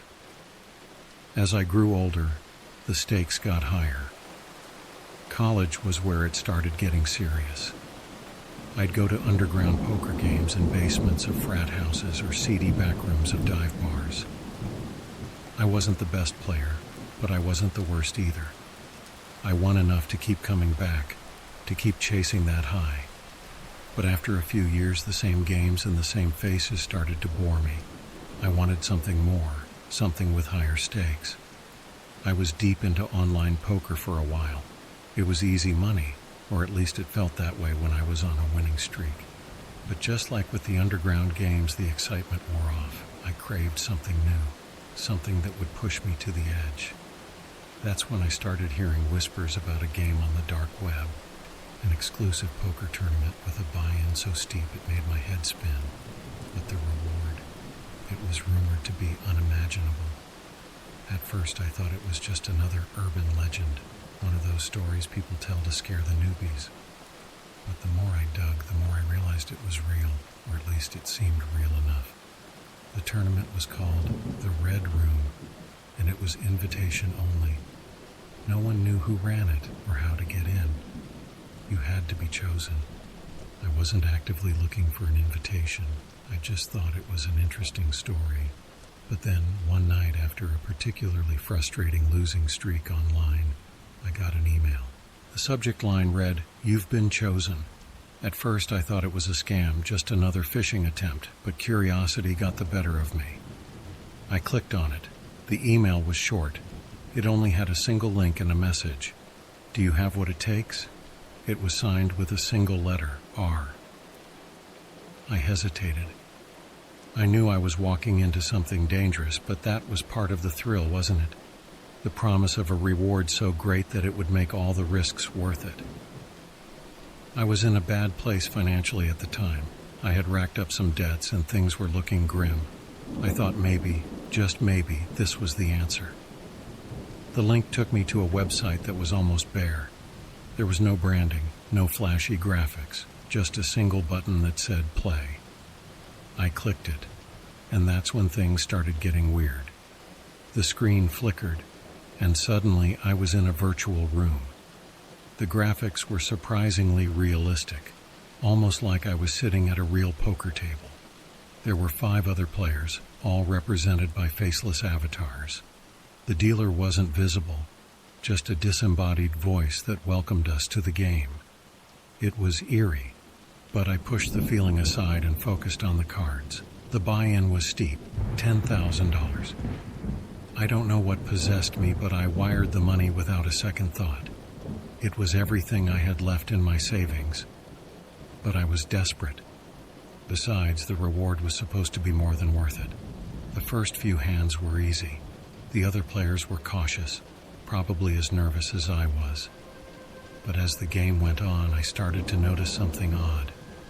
The bets were getting higher, but no one seemed to care.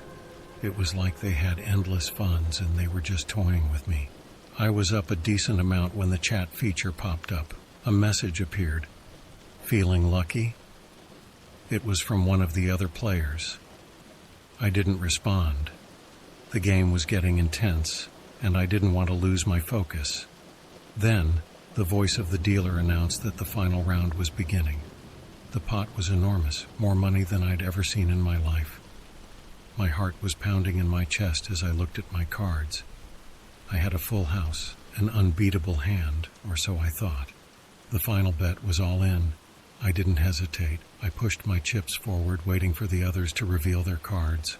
One by one they folded, until it was just me and one other player left. He flipped his cards over and my blood ran cold. He had a straight flush. The screen flickered again and the game was over. I had lost. But instead of logging me out, the screen went black. A new message appeared, white text on a dark background. The price for losing is your life. I stared at the screen, thinking it was some sick joke. But then I heard a noise outside my apartment, a low, mechanical hum. My heart was racing now, and I rushed to the window. A black van was parked across the street, and two men in suits were standing by it, looking up at my building.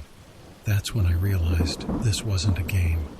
I had messed up, and now I was in real danger. I grabbed my laptop and bolted out of my apartment, not even bothering to pack. I didn't know where I was going. I just knew I had to run. And that's where my nightmare began.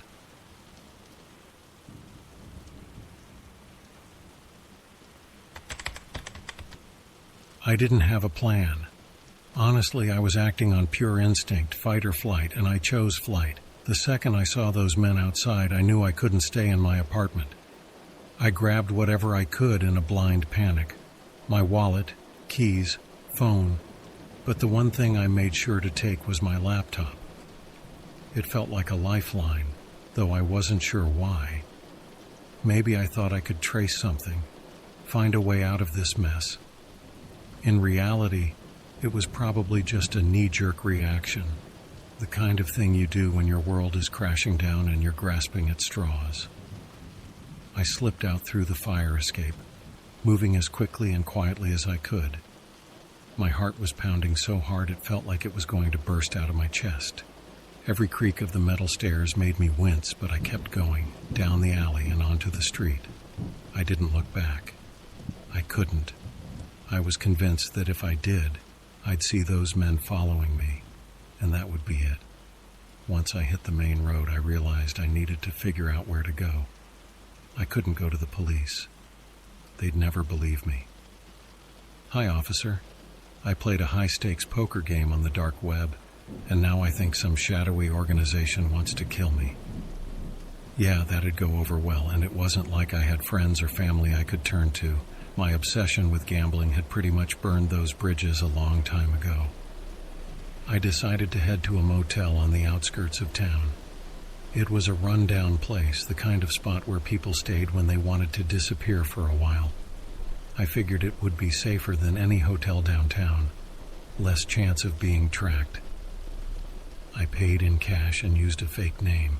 I'd gotten good at that over the years, a necessity when you're trying to dodge bookies or stay under the radar. Inside the room, I locked the door, double-checked the windows, and pulled the curtain shut. It was only then that I allowed myself to breathe. I sat on the bed, my hands shaking as I opened my laptop. The game was still on the screen, the message about losing still staring back at me. I shut it down, almost too afraid to even look at it. Instead, I started searching online for any information I could find about the Red Room. It felt futile. I mean, how do you Google something that's meant to be hidden from the world? But I had to try. Most of what I found was the same stuff I'd come across before. Urban legends, conspiracy theories, posts on shady forums with people claiming they'd heard of someone who knew someone who'd played. Nothing concrete, nothing that could help me. But then, buried deep in a thread on some obscure forum, I found a post that caught my attention.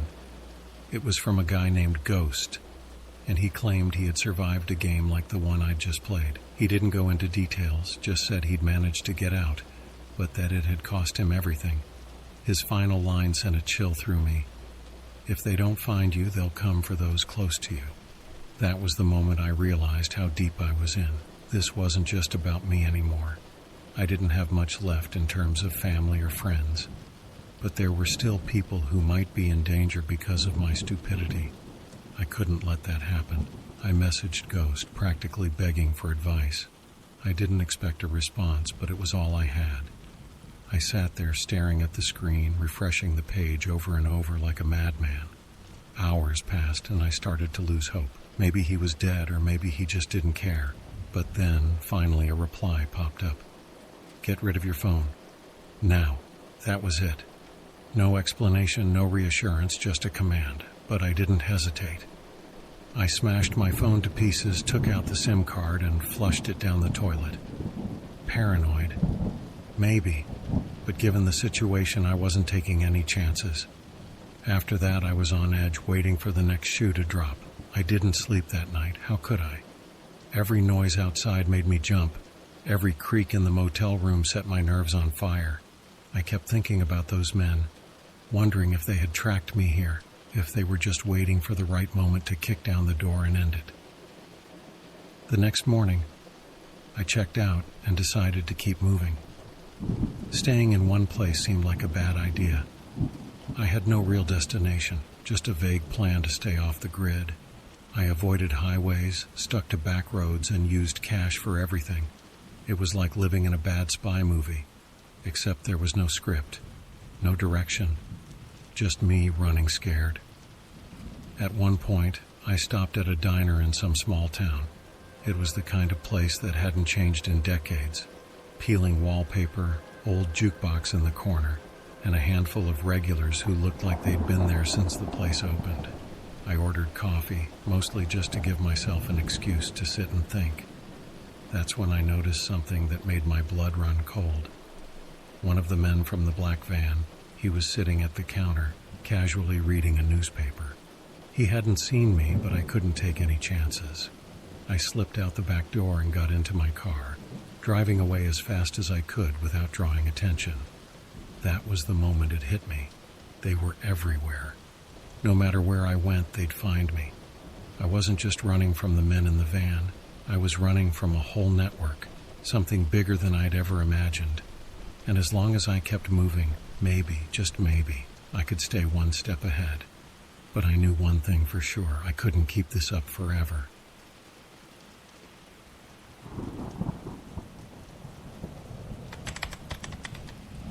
By the time I hit the road again, my paranoia was in full swing. The realization that this wasn't just a couple of guys in a van, but an entire network hunting me down had me second-guessing everything. Every car behind me, every person I passed on the street, they all felt like potential threats. I couldn't shake the feeling that I was being watched, though I knew thinking like that would drive me insane. I had to focus, had to stay sharp, or I wouldn't last long. I started driving at night, sticking to less traveled roads and avoiding big towns. It was exhausting, but I couldn't afford to stop. Sleep was a luxury I could only afford in short bursts, parked in rest areas or at the edge of some remote field. Even then, I'd wake up with a jolt, drenched in sweat, convinced that they were right behind me. During one of these sleepless nights, I pulled into a 24-hour diner just off a desolate stretch of highway. It was one of those places that looked like it had seen better days, faded signs, flickering neon lights, and a near-empty parking lot. Inside, a tired-looking waitress with bleached blonde hair poured me a cup of coffee without even asking. I guess I looked as rough as I felt. I took a seat in the corner, facing the door, and pulled out my laptop.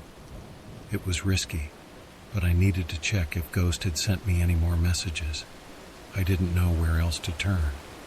The diner's Wi-Fi was slow, but after a few tense minutes, I was back on that same forum thread. There was a new message from Ghost, and this time it was longer. They're everywhere. It's not just the men in suits. It's the servers at the restaurants, the clerks at the gas stations, even the people who clean the motels. The Red Room isn't just a game. It's part of something much bigger, something that's been around for a long time. They've got eyes and ears in places you wouldn't expect, If you're reading this, you're already in too deep, but there's a way out. It's not easy, and it's not guaranteed, but it's your only shot. You need to disappear completely. Disappear completely? How was I supposed to do that? I'd already ditched my phone, avoided using my credit cards, and was constantly on the move. But the idea of vanishing entirely, it seemed impossible. Still, I had to try. Ghost's message continued, offering instructions. He talked about finding someone who could create a new identity for me. Someone who operated in the shadows and knew how to cover their tracks. According to Ghost, this person was a ghost themselves, a hacker who went by the alias Blackout. The name sounded like something out of a bad movie, but I didn't have the luxury of skepticism anymore. There was one problem. Finding Blackout wasn't going to be easy. Ghost had only met him once, years ago, and even then, it had been under desperate circumstances. He didn't have an exact location, just a general area, somewhere in the Pacific Northwest, deep in the woods. It was vague, but it was all I had. I closed my laptop, suddenly aware of how exposed I was in that diner. The waitress was still behind the counter, wiping down the same spot for the 100th time. But now I noticed the other customer, a man in a trucker cap who had been nursing a coffee since I walked in. He wasn't looking at me, but something about him felt off. Maybe it was nothing, but I couldn't take any chances. I paid in cash and left a generous tip, hoping to avoid drawing attention. Outside, the night was dark and cold, and my car was the only one in the lot besides the trucker's rig. I got in, my hands trembling as I started the engine. As I pulled out of the parking lot, I caught a glimpse of the trucker in my rearview mirror. He was watching me now, his face shadowed by the brim of his cap. I drove for hours, heading northwest like Ghost had suggested, all the while checking my mirrors to make sure I wasn't being followed. Every time a car appeared behind me, I'd take a random turn, trying to shake them off. By the time dawn broke, I was in the middle of nowhere, surrounded by towering trees and winding roads that seemed to go on forever. I had no idea where to find Blackout or even if he was real, but I kept going. What else could I do? I couldn't stop, couldn't let them catch up to me. I had to believe there was a way out of this, even if it was buried somewhere in the dense forests of the Pacific Northwest. The days started to blur together as I made my way through small towns and remote villages. Each one felt like a dead end, and the few people I talked to had never heard of Blackout or the kind of services he offered. But then, in a little town that didn't even have a name on the map, I found something, a lead. It was in a rundown bar, the kind of place where the locals eyed outsiders with suspicion. I was sitting at the bar, nursing a drink and trying to blend in, when an old man took a seat next to me. He was grizzled, with a thick beard and eyes that seemed to have seen too much. We didn't talk at first, but after a few minutes he nodded at my laptop bag. "Looking for someone?" he asked, his voice low and rough. I didn't respond right away. I wasn't sure if I could trust him, but what choice did I have? "Maybe," I said finally. "Someone who can help me disappear." The old man gave a knowing nod like he'd heard it all before. "There's a cabin deep in the woods. No road leads to it, but it's there if you know where to look. The man you're looking for, he doesn't take kindly to visitors, but if you're desperate enough, he might help you. Just remember, nothing comes for free." I wanted to ask him how he knew this, but he got up before I could say another word. He left some money on the counter and walked out, leaving me alone with my thoughts. I didn't waste any time. I finished my drink, left some cash on the bar, and headed back to my car. If this lead was real, it was the best shot I had. But as I drove into the woods, the road getting narrower and more treacherous, I couldn't shake the feeling that I was being led into a trap. Yet what choice did I have? The only way out was forward, deeper into the unknown.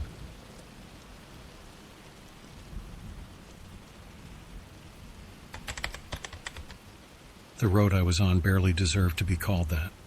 More of a dirt trail winding through the dense forest.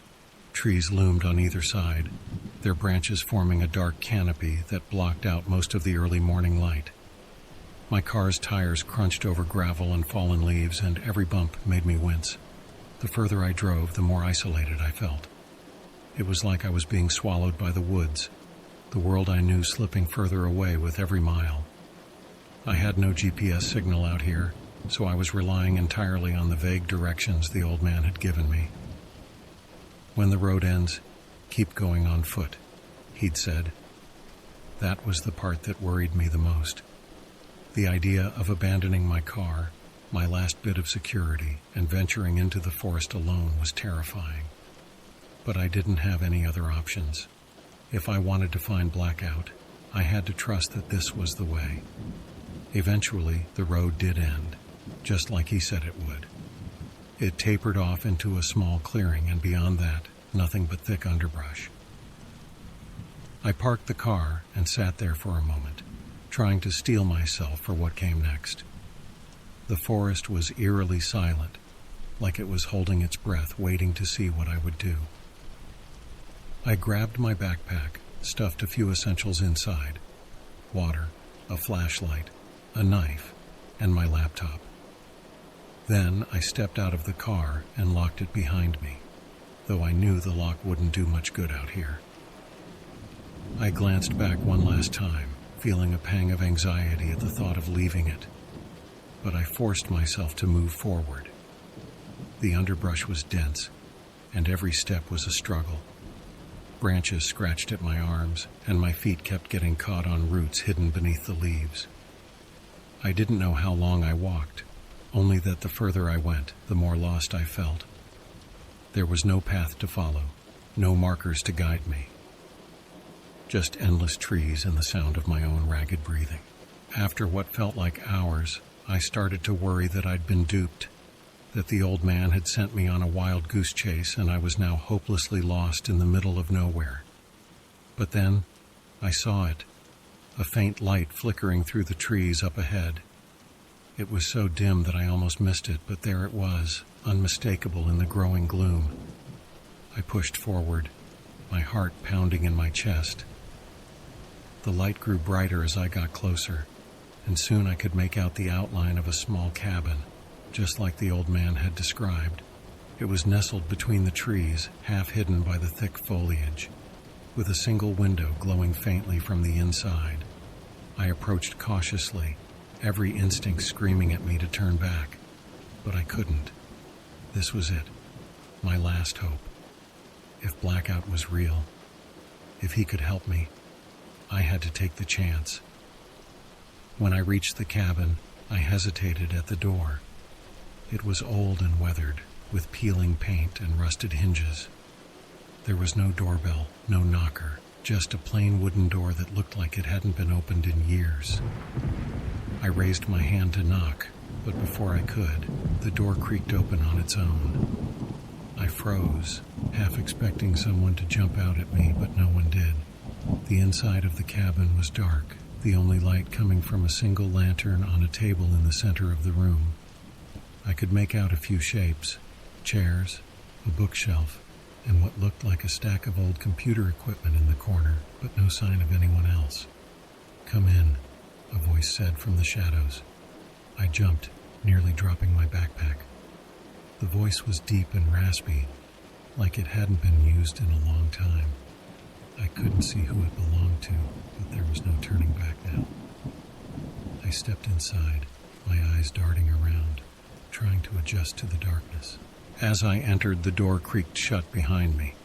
I spun around, but the room was empty, save for the furniture and the flickering lantern.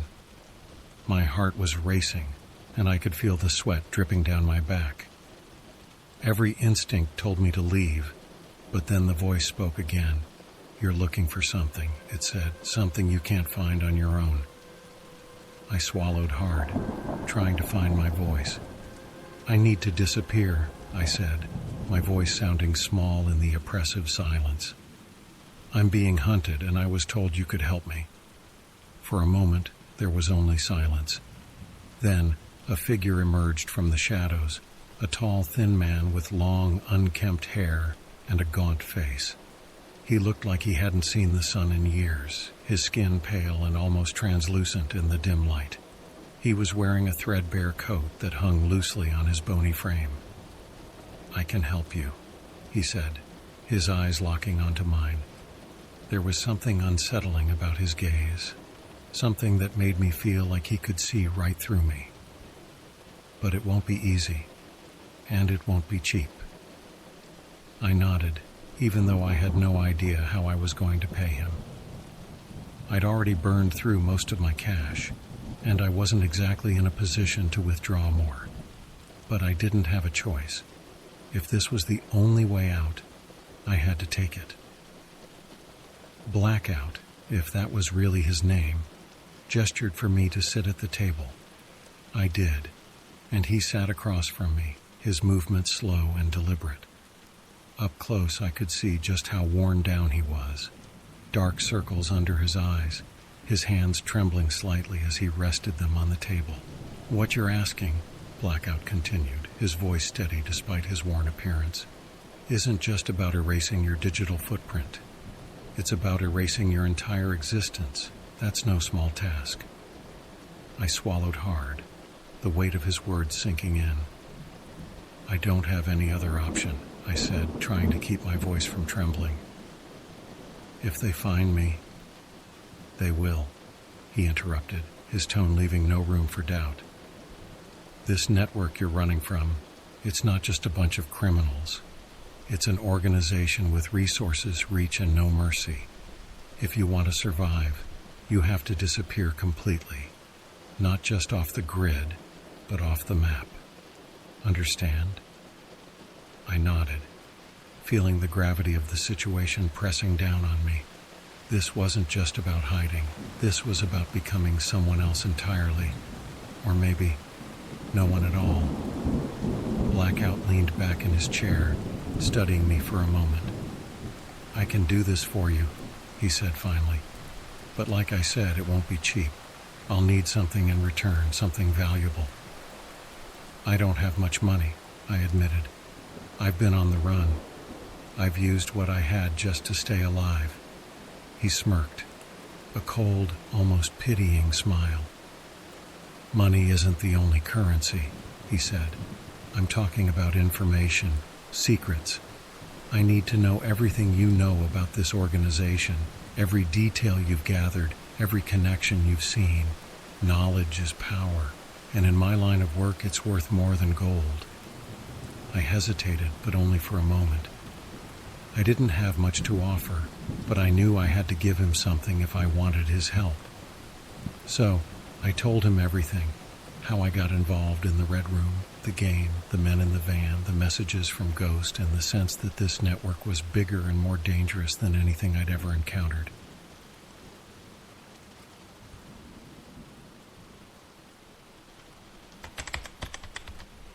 I drove for hours, the weight of the small device Blackout had given me pressing heavily in my pocket.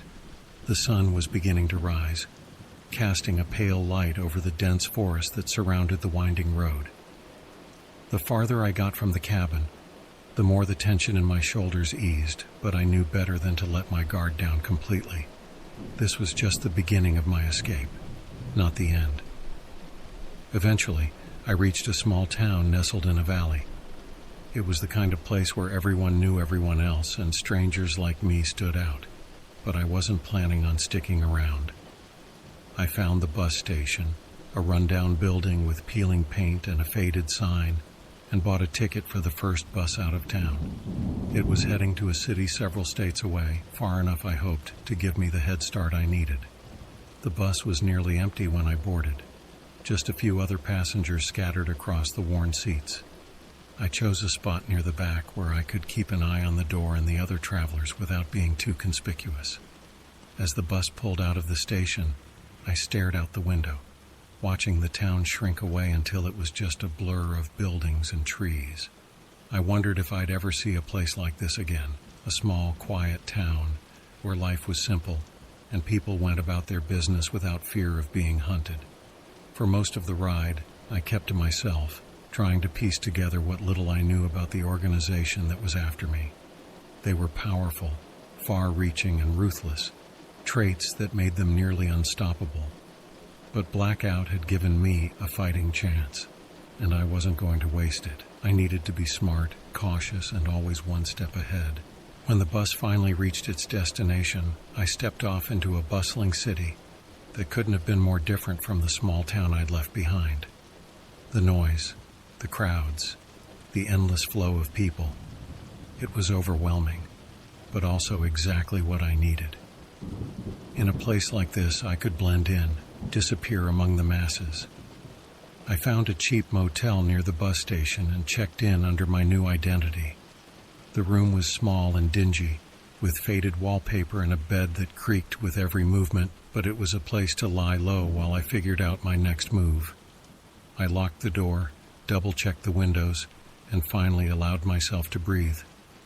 Sitting on the edge of the bed, I pulled out the device Blackout had given me. It was simple, unremarkable, a small black box with a single button.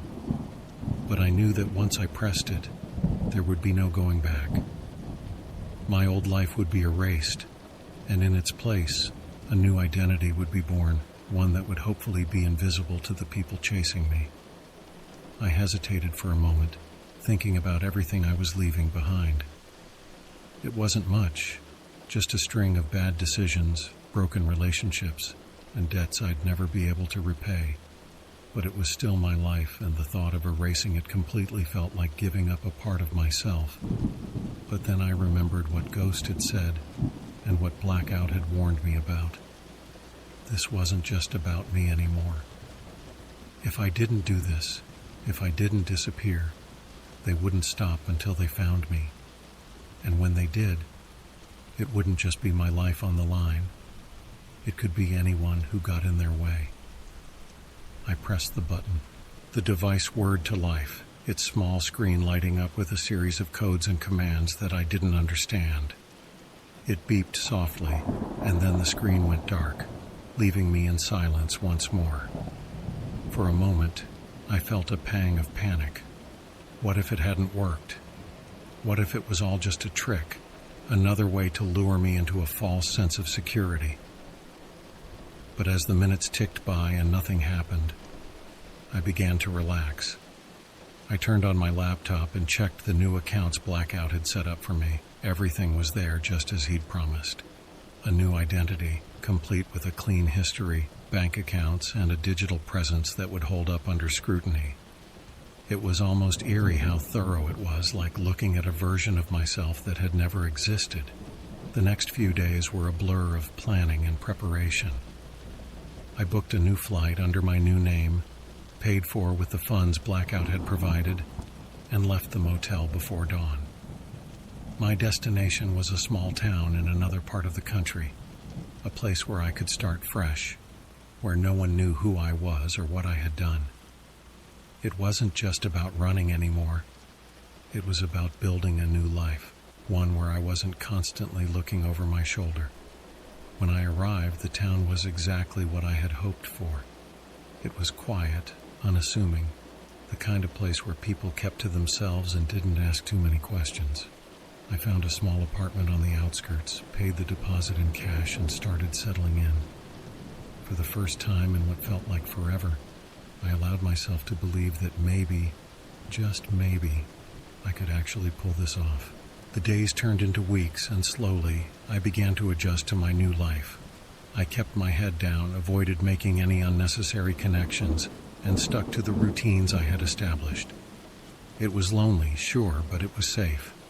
And after everything I'd been through, safety was all I cared about. But I never forgot the warning Blackout had given me, that they wouldn't stop looking, that I could never get too comfortable. So I stayed vigilant, always watching for signs that my past was catching up to me. There were moments when I thought I saw a familiar face in the crowd, or when a stranger's gaze lingered a little too long, but nothing ever came of it. For now it seemed I had managed to stay ahead of them, yet I knew that this wasn't the end. As long as the Red Room and its network existed, I could never truly be free. But for now, at least, I had found a small measure of peace. And maybe, just maybe, that was enough. As I stood on the balcony of my new apartment, watching the sun set over the quiet town, I allowed myself a rare moment of hope. I didn't know what the future held, or if I would ever stop running, but I was still here, still alive, still fighting, and as long as that was true, I knew I had a chance.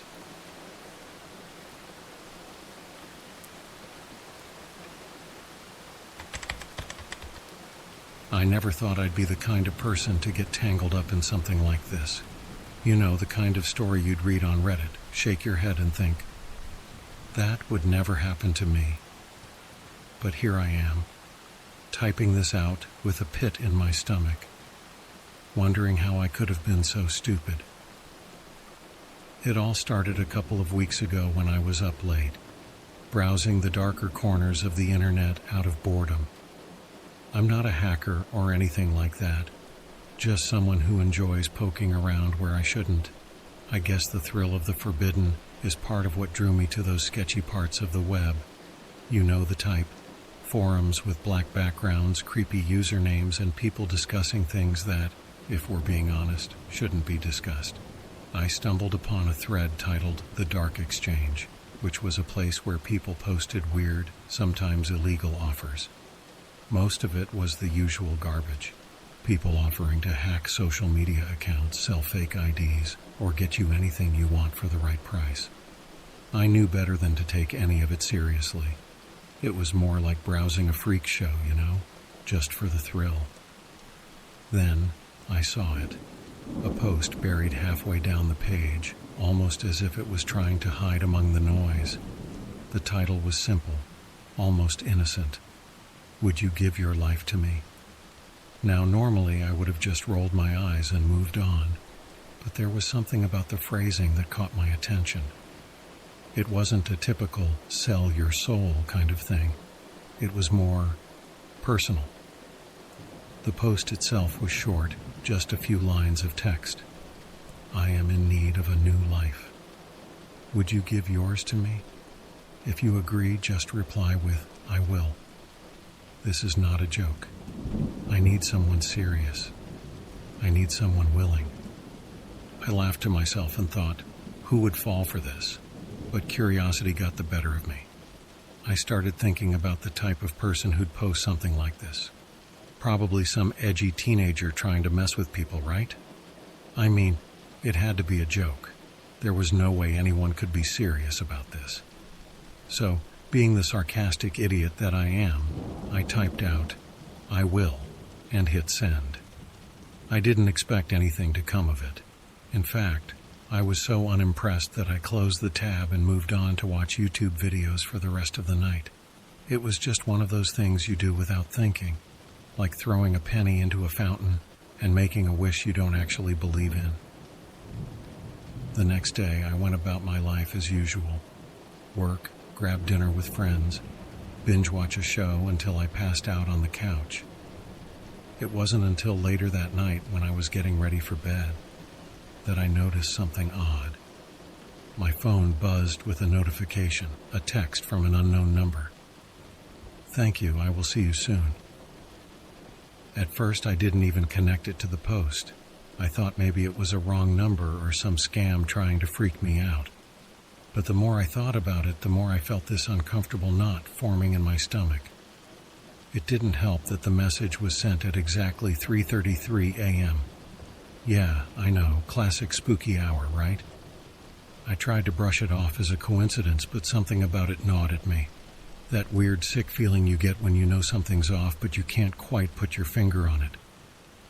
I wanted to forget about it, but the words kept looping in my head. I will see you soon. I managed to fall asleep eventually, convincing myself that it was just someone messing around. But when I woke up the next morning, I had another message from the same number. Preparing for the transfer. You should start to feel it soon. Now I was officially freaked out. This was more than just a random prank.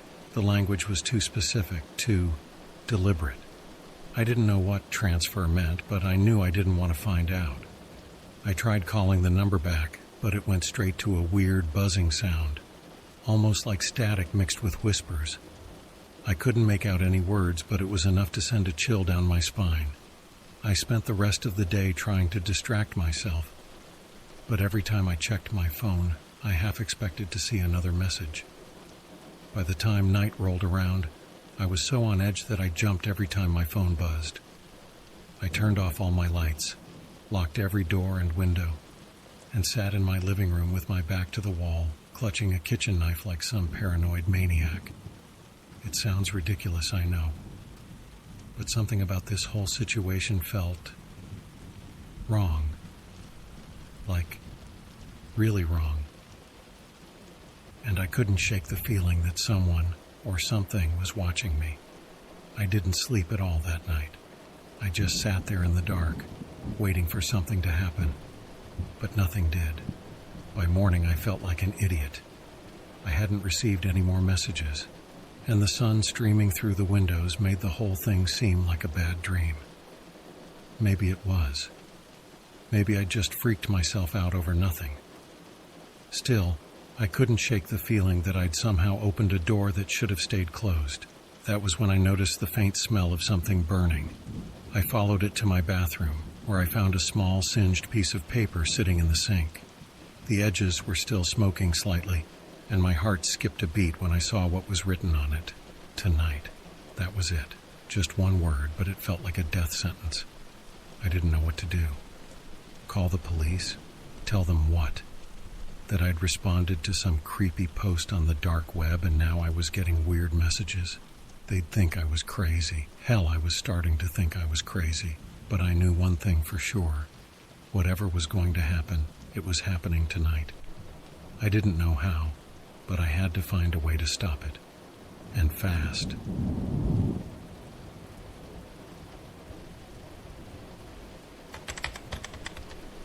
After finding that singed piece of paper, I knew I couldn't just sit around waiting for whatever was coming.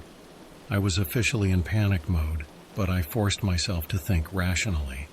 There had to be some way out of this, some way to undo whatever I'd gotten myself into. First things first, I needed to leave my apartment. Staying in one place felt like a death trap. I packed a small bag with essentials, phone charger, some cash, my wallet, and a change of clothes. I wasn't sure where I was going, but I knew I needed to get out of there fast. I thought about calling a friend, but what was I supposed to say? Hey, can I crash at your place because I might have agreed to some dark web death ritual? Yeah, that wasn't going to go over well. I ended up driving aimlessly for a while, my mind racing as I tried to figure out what to do next. Every shadow on the side of the road looked like someone or something waiting to pounce. My heart was pounding so hard I could hear it in my ears. I knew I couldn't keep this up all night. I needed a plan, somewhere to go where I'd feel safe, at least for a little while. Then it hit me. Motel 6.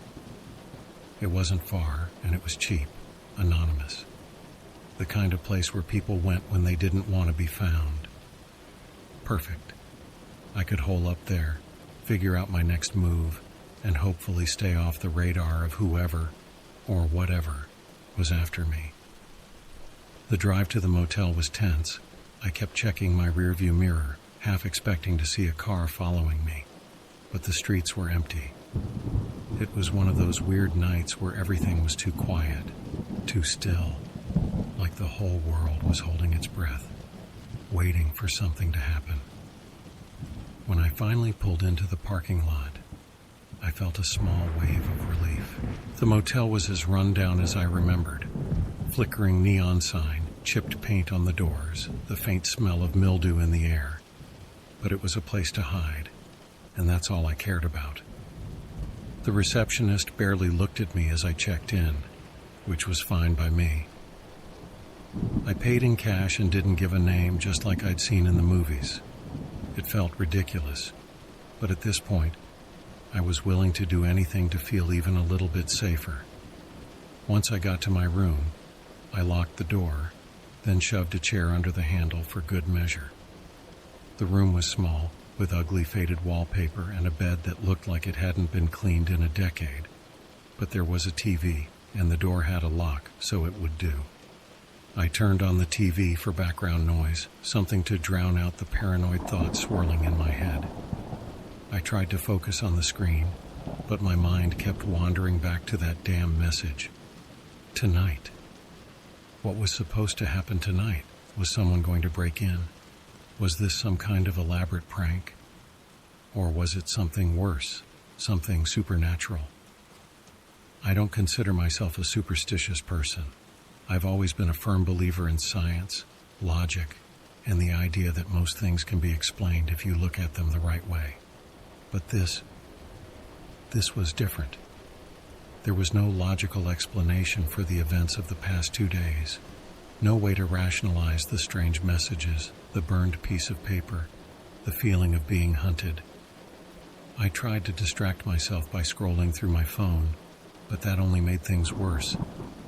Every time a new notification popped up, my heart skipped a beat. I even tried calling the unknown number again, but it went straight to that same unsettling static. No words, just a low, droning buzz that seemed to worm its way into my brain, making it hard to think straight. Then, just as I was about to give up and try to get some sleep, my phone buzzed with a new message. I hesitated, my finger hovering over the screen for what felt like an eternity. I didn't want to see what it said, but I knew I had to. The message was short, just like the others. It's almost time. My stomach dropped. I felt a cold sweat break out across my forehead as I stared at those words, unable to look away. I didn't know what to do. Call the police? Run? But where would I go? And how could I explain any of this without sounding completely insane? I decided to stay put, at least for now. I checked the time. It was just after midnight. Whatever was going to happen, it was supposed to happen tonight. All I could do was wait. The minutes ticked by agonizingly slowly. I kept the TV on, but the noise wasn't enough to keep my mind from racing.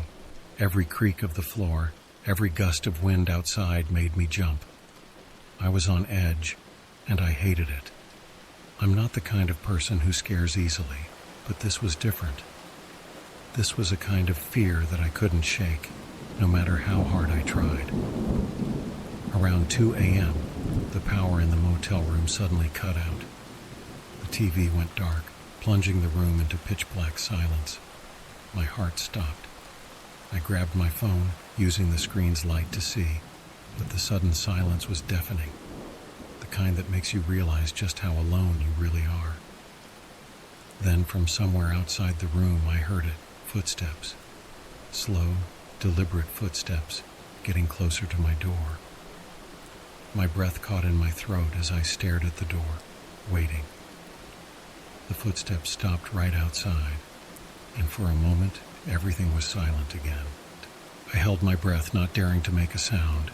My hand tightened around the kitchen knife I'd brought with me, though I wasn't sure what good it would do if someone decided to break in.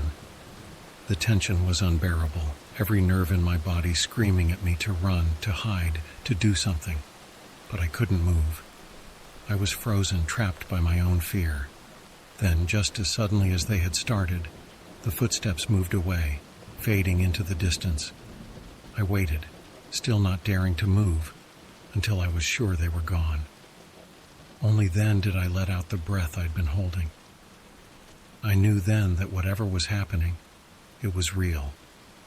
This wasn't some elaborate prank or a figment of my imagination. Someone, or something, was coming for me, and I didn't have much time left. I stayed awake for the rest of the night, too scared to sleep, too scared to even close my eyes. I didn't get any more messages, but that didn't make me feel any better. If anything, the silence was worse. It meant that whatever was going to happen was close, maybe too close to stop. When dawn finally broke, I felt a strange sense of relief. The light of day made everything seem a little less terrifying, but I knew it was only a temporary reprieve. I needed to figure out what was going on and how to stop it before it was too late. I didn't know where to start, but one thing was clear. I couldn't do this alone. I needed help. Real help. And I had a feeling that whoever or whatever was after me wouldn't stop until they got what they wanted. But what exactly was that, and why me? I had no answers, just a growing sense of dread that whatever was coming, it was going to be worse than anything I'd ever imagined.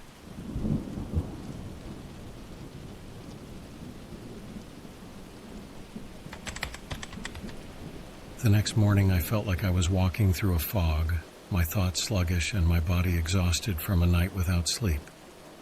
But I knew I couldn't afford to slow down. The footsteps outside my door, the messages, they were proof that this wasn't just in my head. Something very real was happening, and I needed to figure out what it was before it was too late. I checked out of the motel as soon as the sun was fully up. The receptionist didn't even glance at me, which was fine by me. I wasn't in the mood for small talk, and I definitely didn't want to stick around any longer than I had to. As I drove away, I kept glancing in the rearview mirror, half expecting to see someone following me. But the road was empty, just like it had been the night before. The first thing I did was head to the nearest coffee shop with free Wi-Fi. I figured if I was going to get to the bottom of this, I needed to start by gathering as much information as I could. I ordered a large coffee, black, no sugar. I needed the caffeine, and found a corner table where I could work without being disturbed. I started by searching for anything related to dark web rituals, body swaps, and the phrase "I will." The results were a mix of conspiracy theories, urban legends, and random nonsense. But there were a few things that stood out. Apparently there were stories, unverified of course, about people who had made similar agreements on the dark web. The stories were vague, but they all had one thing in common. The person who made the agreement always disappeared. Some said they'd been taken, others claimed they'd been possessed, and a few even suggested that they'd been transferred into another body, just like the messages hinted at. I didn't know what to make of it. Most of the stuff I found was clearly fiction, the kind of thing people post to scare others. But there were a few accounts that felt too detailed, too specific, to be entirely made up. The kind of stories that made the hairs on the back of your neck stand on end because they rang just a little too true. One post in particular caught my attention. It was from a guy who claimed that his brother had responded to a similar message on the dark web. The brother had started receiving strange texts and hearing noises at night, just like I had. According to the post, the brother had become increasingly paranoid, convinced that someone was watching him, following him. Then, one day, he just vanished. No trace, no goodbye. His phone was found smashed on the floor of his apartment, but there was nothing else. No clues, no signs of a struggle. Just gone. I felt a cold shiver run down my spine as I read that post. It sounded so much like what I was going through that I couldn't just dismiss it. I scrolled down to see if there were any updates, but the thread ended there. The original poster hadn't replied to anyone's questions, and his account hadn't been active since. It was starting to feel like I was in over my head, like this was something way bigger than I'd realized. But I wasn't ready to give up. If I could figure out what was happening, maybe I could find a way to stop it.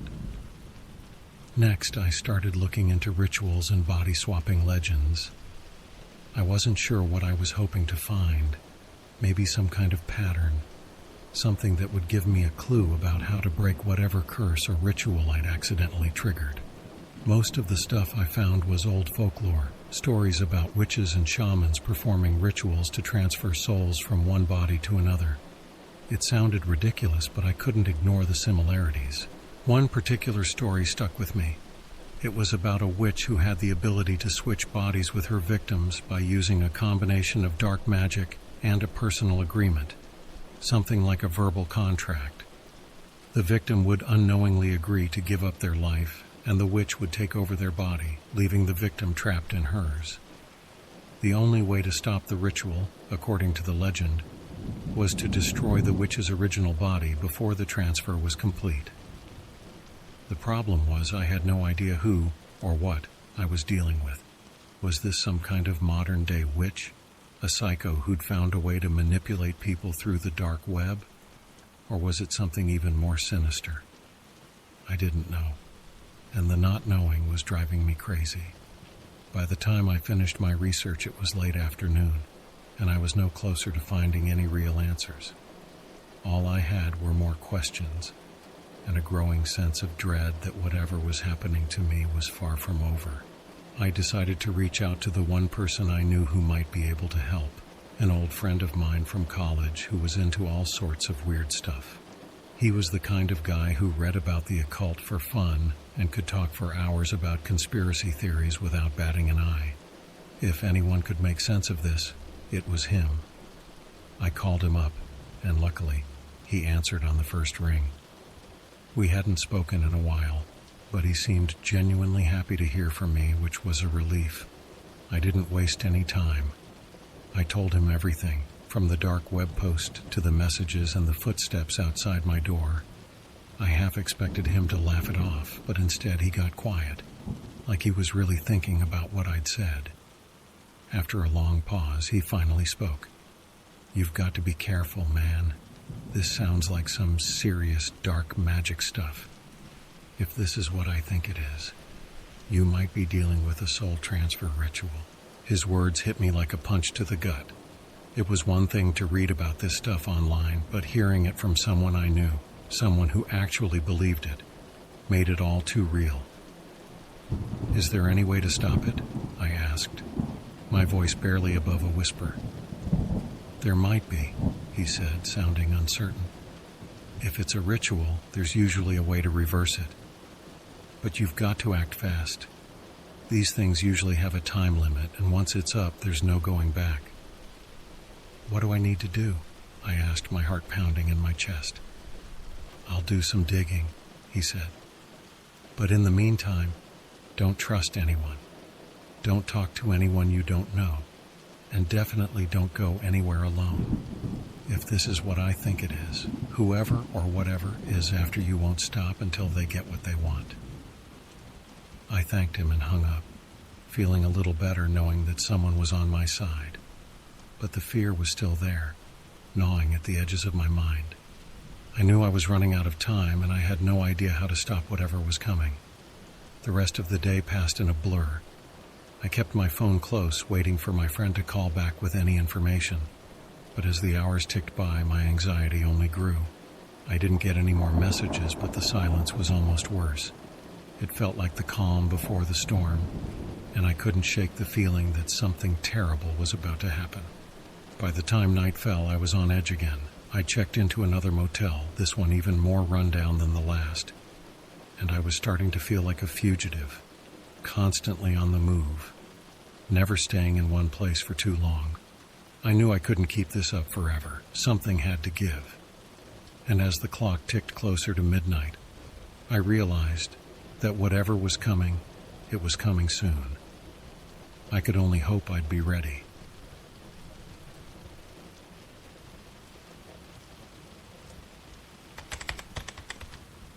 I'd never been this scared in my life.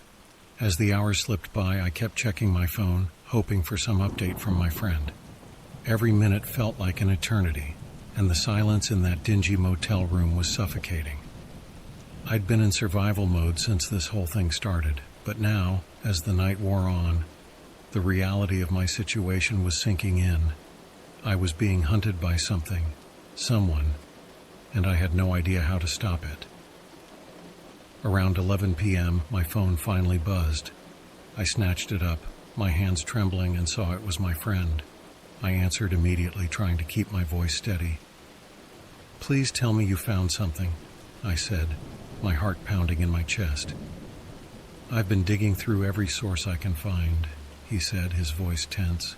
"It's not good, man. I think you're dealing with a very old and very dark ritual, something that's been passed down through generations, hidden in the darkest corners of occult practices. Great, I muttered, rubbing my eyes in frustration. So how do I stop it? There might be a way, but it's risky, he said. From what I've read, these rituals require a physical connection between the target and the one performing the ritual. Usually it's something symbolic, an object, a token, something that links the two of you together. If you can destroy that connection before the ritual is complete, you might be able to break the link.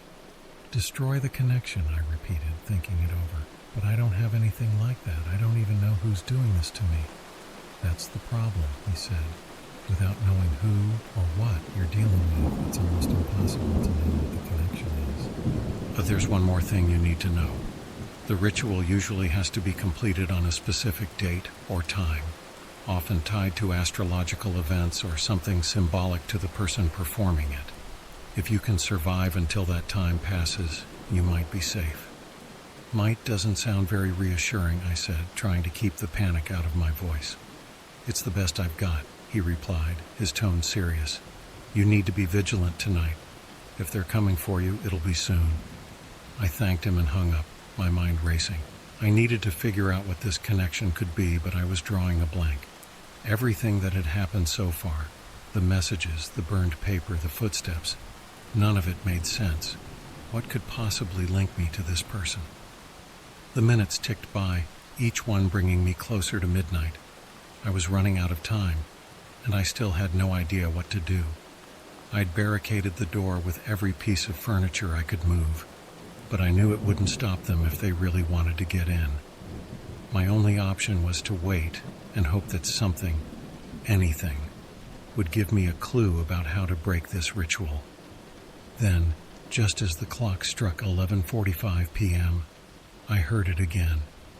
The footsteps, slow, deliberate, and far too close for comfort. My heart raced as I realized they were coming from outside the window this time. I hadn't considered the window.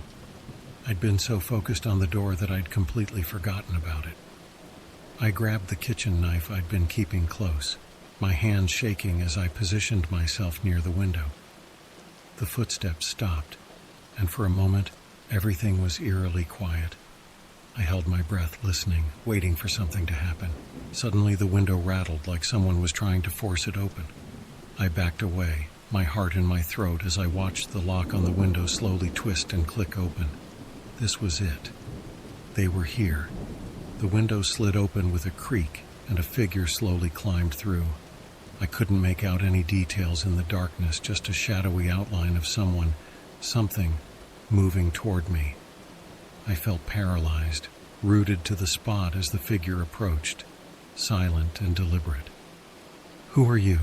I demanded, my voice shaking. "What do you want from me?" The figure stopped just a few feet away, and for the first time I could see their face, or what was left of it.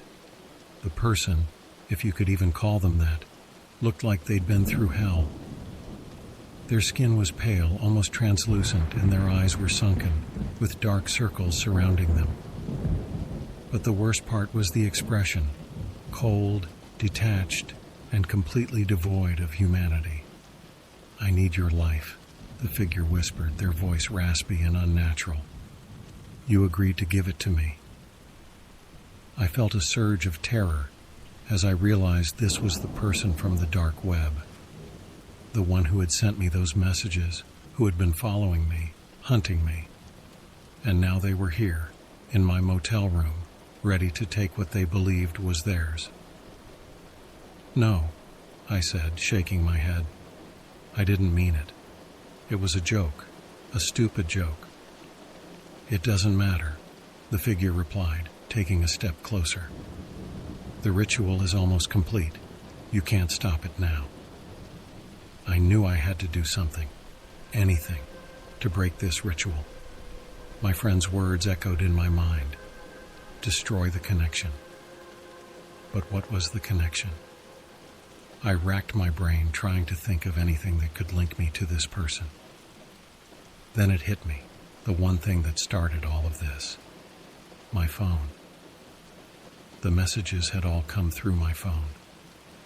If that was the link, maybe I could break it. Without thinking, I hurled my phone at the wall with all my strength. It shattered on impact, pieces scattering across the room. The figure flinched, their eyes narrowing as they watched the phone fall to the ground in pieces. For a moment, nothing happened. The figure stood there, still and silent, as if processing what I'd just done. Then, slowly, they began to fade, their form flickering like a glitching video.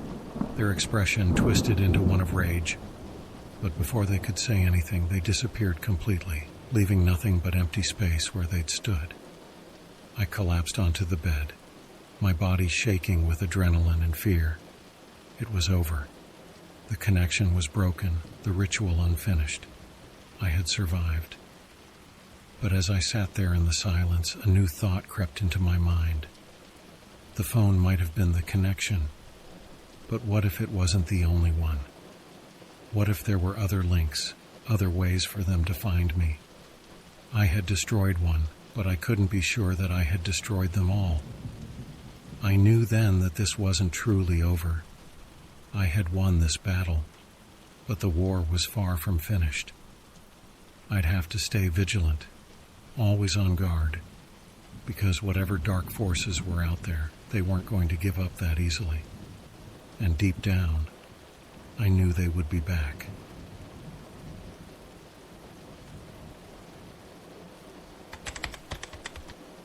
Even after the figure disappeared, I couldn't shake the feeling of dread that had settled deep in my bones. My body was still trembling, my mind racing with 1,000 different thoughts. I sat in that dingy motel room, the shattered pieces of my phone scattered across the floor, and tried to process what had just happened. I wanted to believe that it was over, that I had somehow broken the ritual by destroying the phone, but I knew better. There was a part of me that couldn't fully accept that I had won. Something about it felt too easy, too unresolved. But I had no choice but to move forward, so I grabbed my bag, took one last look around the room, and left the motel behind. I drove aimlessly for hours, unsure of where to go or what to do next. The sun was starting to rise, casting long shadows across the empty roads, and the world around me began to feel surreal, like I was drifting through a nightmare I couldn't wake up from. Eventually, I found myself in a quiet, small town, the kind of place where everyone knows each other, where the streets are lined with trees and the houses have white picket fences. It was the last place I would expect anything strange to happen, which was exactly why I decided to stop there. I needed a break from the paranoia, from the constant fear that something was lurking around every corner. I found a small diner and decided to grab breakfast. The place was nearly empty, just a couple of locals sipping coffee at the counter and an old man reading a newspaper in the corner. It was a welcome change from the tension I'd been living with for the past few days. I ordered pancakes and a coffee, trying to enjoy the simple pleasure of a hot meal. But even as I sat there, in the relative safety of that quiet diner, I couldn't help but glance at the door every few minutes, half expecting that figure to walk in and finish what they started. When the figure disappeared, I sat there for what felt like hours, trying to process everything that had just happened. My heart was still pounding and my mind was racing with 100 different thoughts. Was it really over? Could I finally breathe again? But the more I thought about it, the more uncertain I became. I had destroyed the phone, but as the adrenaline started to fade, the doubts began to creep in. My friend had mentioned that these rituals were complex, that they involved multiple steps, connections, and symbols. What if there was more to it than just the phone? What if there was something I'd missed? I knew I couldn't stay in that motel room any longer. The air felt thick, oppressive, like the walls were closing in on me. I packed up my few belongings, mostly just my wallet and what was left of my nerves, and got out of there as quickly as I could. As I drove away, I couldn't shake the feeling that I was being watched, that somewhere out there, the person behind all of this was still lurking, waiting for another chance. The next few days were a blur. I went back to my apartment, though it didn't feel like home anymore. I kept expecting something to happen. A knock on the door, another message, a shadow in the corner of my eye. But nothing came. The silence was almost worse than the fear. I couldn't help but feel like I was living on borrowed time, that I'd narrowly escaped something terrible, but that it wasn't over yet. My friend called a couple of times, checking in on me, and I told him everything. He was cautious, advising me to stay alert, to look for any signs that the ritual might still be in play. But as the days turned into weeks, the tension began to ease. No more footsteps in the night, no more creepy messages, no more signs that I was being hunted. It seemed like maybe, just maybe, I had managed to break free. But there was always that lingering doubt, the nagging fear that I'd only delayed the inevitable. I started to notice little things, nothing huge, just subtle signs that something wasn't quite right. My reflection in the mirror seemed off somehow. I'd catch glimpses of myself out of the corner of my eye, and for a split second it looked like someone else, someone with a colder expression, darker eyes. But when I looked directly, everything seemed normal.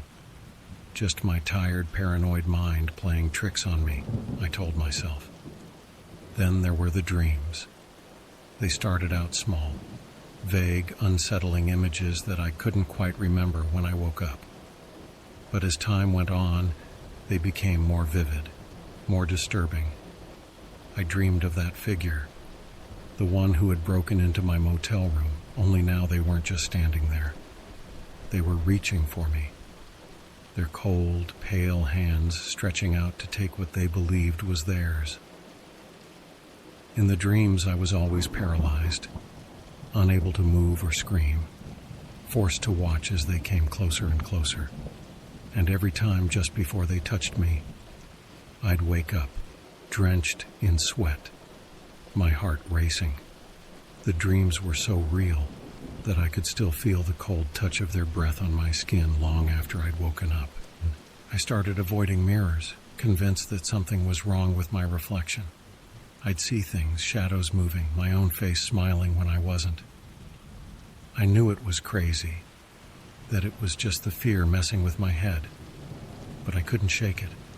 I'd turn away, refusing to look, but the feeling of being watched would stay with me, following me around like a dark cloud. One night, a few weeks after the encounter at the motel, I woke up in the middle of the night to a strange sound. It was faint, almost imperceptible, but it was enough to drag me out of sleep. It took me a moment to realize what it was. Whispering, soft, insistent, and coming from somewhere inside my apartment. I froze, listening intently, my heart pounding in my chest. The whispers were low, just on the edge of hearing, like a voice carried by the wind. I couldn't make out any words, but the tone was unmistakable. It was the same voice I'd heard in my dreams, the one that had haunted me since that night. I didn't dare move, didn't dare breathe, as the whispers grew louder, filling the room with their eerie cadence. It felt like they were coming from everywhere at once, surrounding me, closing in. I tried to tell myself it was just another dream, that I'd wake up any moment, but the fear was too real. Then, just as suddenly as they started, the whispers stopped. The silence that followed was so profound that it felt like the air had been sucked out of the room. I stayed still, too terrified to move, waiting for something to happen. But nothing did. The room was empty, the darkness oppressive, but I was alone. I didn't sleep for the rest of the night. I just sat there, clutching the blankets, staring into the darkness, waiting. But whatever it was, it didn't come back. By the time the first light of dawn crept through the windows, I felt like I'd aged 100 years. The whispers never returned, but the fear didn't leave me. I started carrying a small notebook with me everywhere I went, jotting down anything strange or out of place. I became hyper-aware of my surroundings, always looking over my shoulder, always waiting for the other shoe to drop. I reached out to my friend again, telling him about the whispers, the dreams, the feeling that I wasn't alone. He listened patiently, but I could hear the worry in his voice. He didn't have any answers for me, just the same advice to stay vigilant, to be careful. But I knew deep down that there was nothing more he could do. This was my battle, and I was fighting it alone.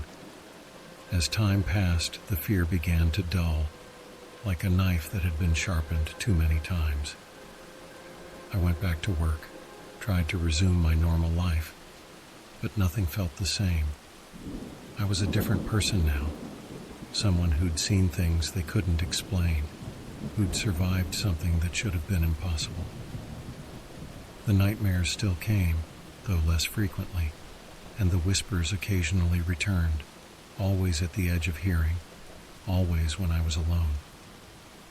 But I learned to live with them, to accept that they were now a part of my life. The fear never fully went away, but I managed to keep it at bay, to push it to the back of my mind where it couldn't control me. And then one day I received a package in the mail. There was no return address, no name, just a plain brown box sitting on my doorstep. My heart sank as I picked it up, dread curling in my stomach like a coiled snake. I didn't want to open it, but I knew I had to. Inside was a single item, a phone, an old beat-up model that looked exactly like the one I'd smashed against the wall in that motel room. My hand shook as I picked it up, and for a moment, I was tempted to throw it away, to get rid of it as fast as I could, but something made me stop. I turned the phone over in my hands, examining it closely. There was nothing unusual about it, just a normal, outdated phone. But when I pressed the power button, the screen flickered to life, and there, displayed in bright white letters, was a single message. "It's not over." I dropped the phone, my breath catching in my throat. The message lingered on the screen, taunting me, reminding me that no matter how hard I tried to escape, no matter what I did, I would never truly be free. And that's when I realized the truth. The ritual, the connection, the figure from the dark web. It wasn't about taking my life, it was about taking my sanity, my peace of mind, my sense of safety. They didn't need to swap bodies or perform some ancient ritual to achieve their goal. All they needed was to make me believe that they could, to plant the seed of fear deep in my mind and let it grow. Because in the end, it wasn't about what was real. It was about what I believed, and I believed I was never going to escape this. So here I am, sharing my story with you, hoping that maybe someone out there will understand, will know what I'm going through. Because I don't know how much longer I can keep this up, how much longer I can live with the fear gnawing away at me, always lurking in the background, waiting for the day when they finally come for me. But until then, I'll keep fighting. I'll keep living my life, one day at a time, always looking over my shoulder, always waiting for the next sign that they're still out there, still watching. Because deep down, I know that they'll never stop, and neither will I.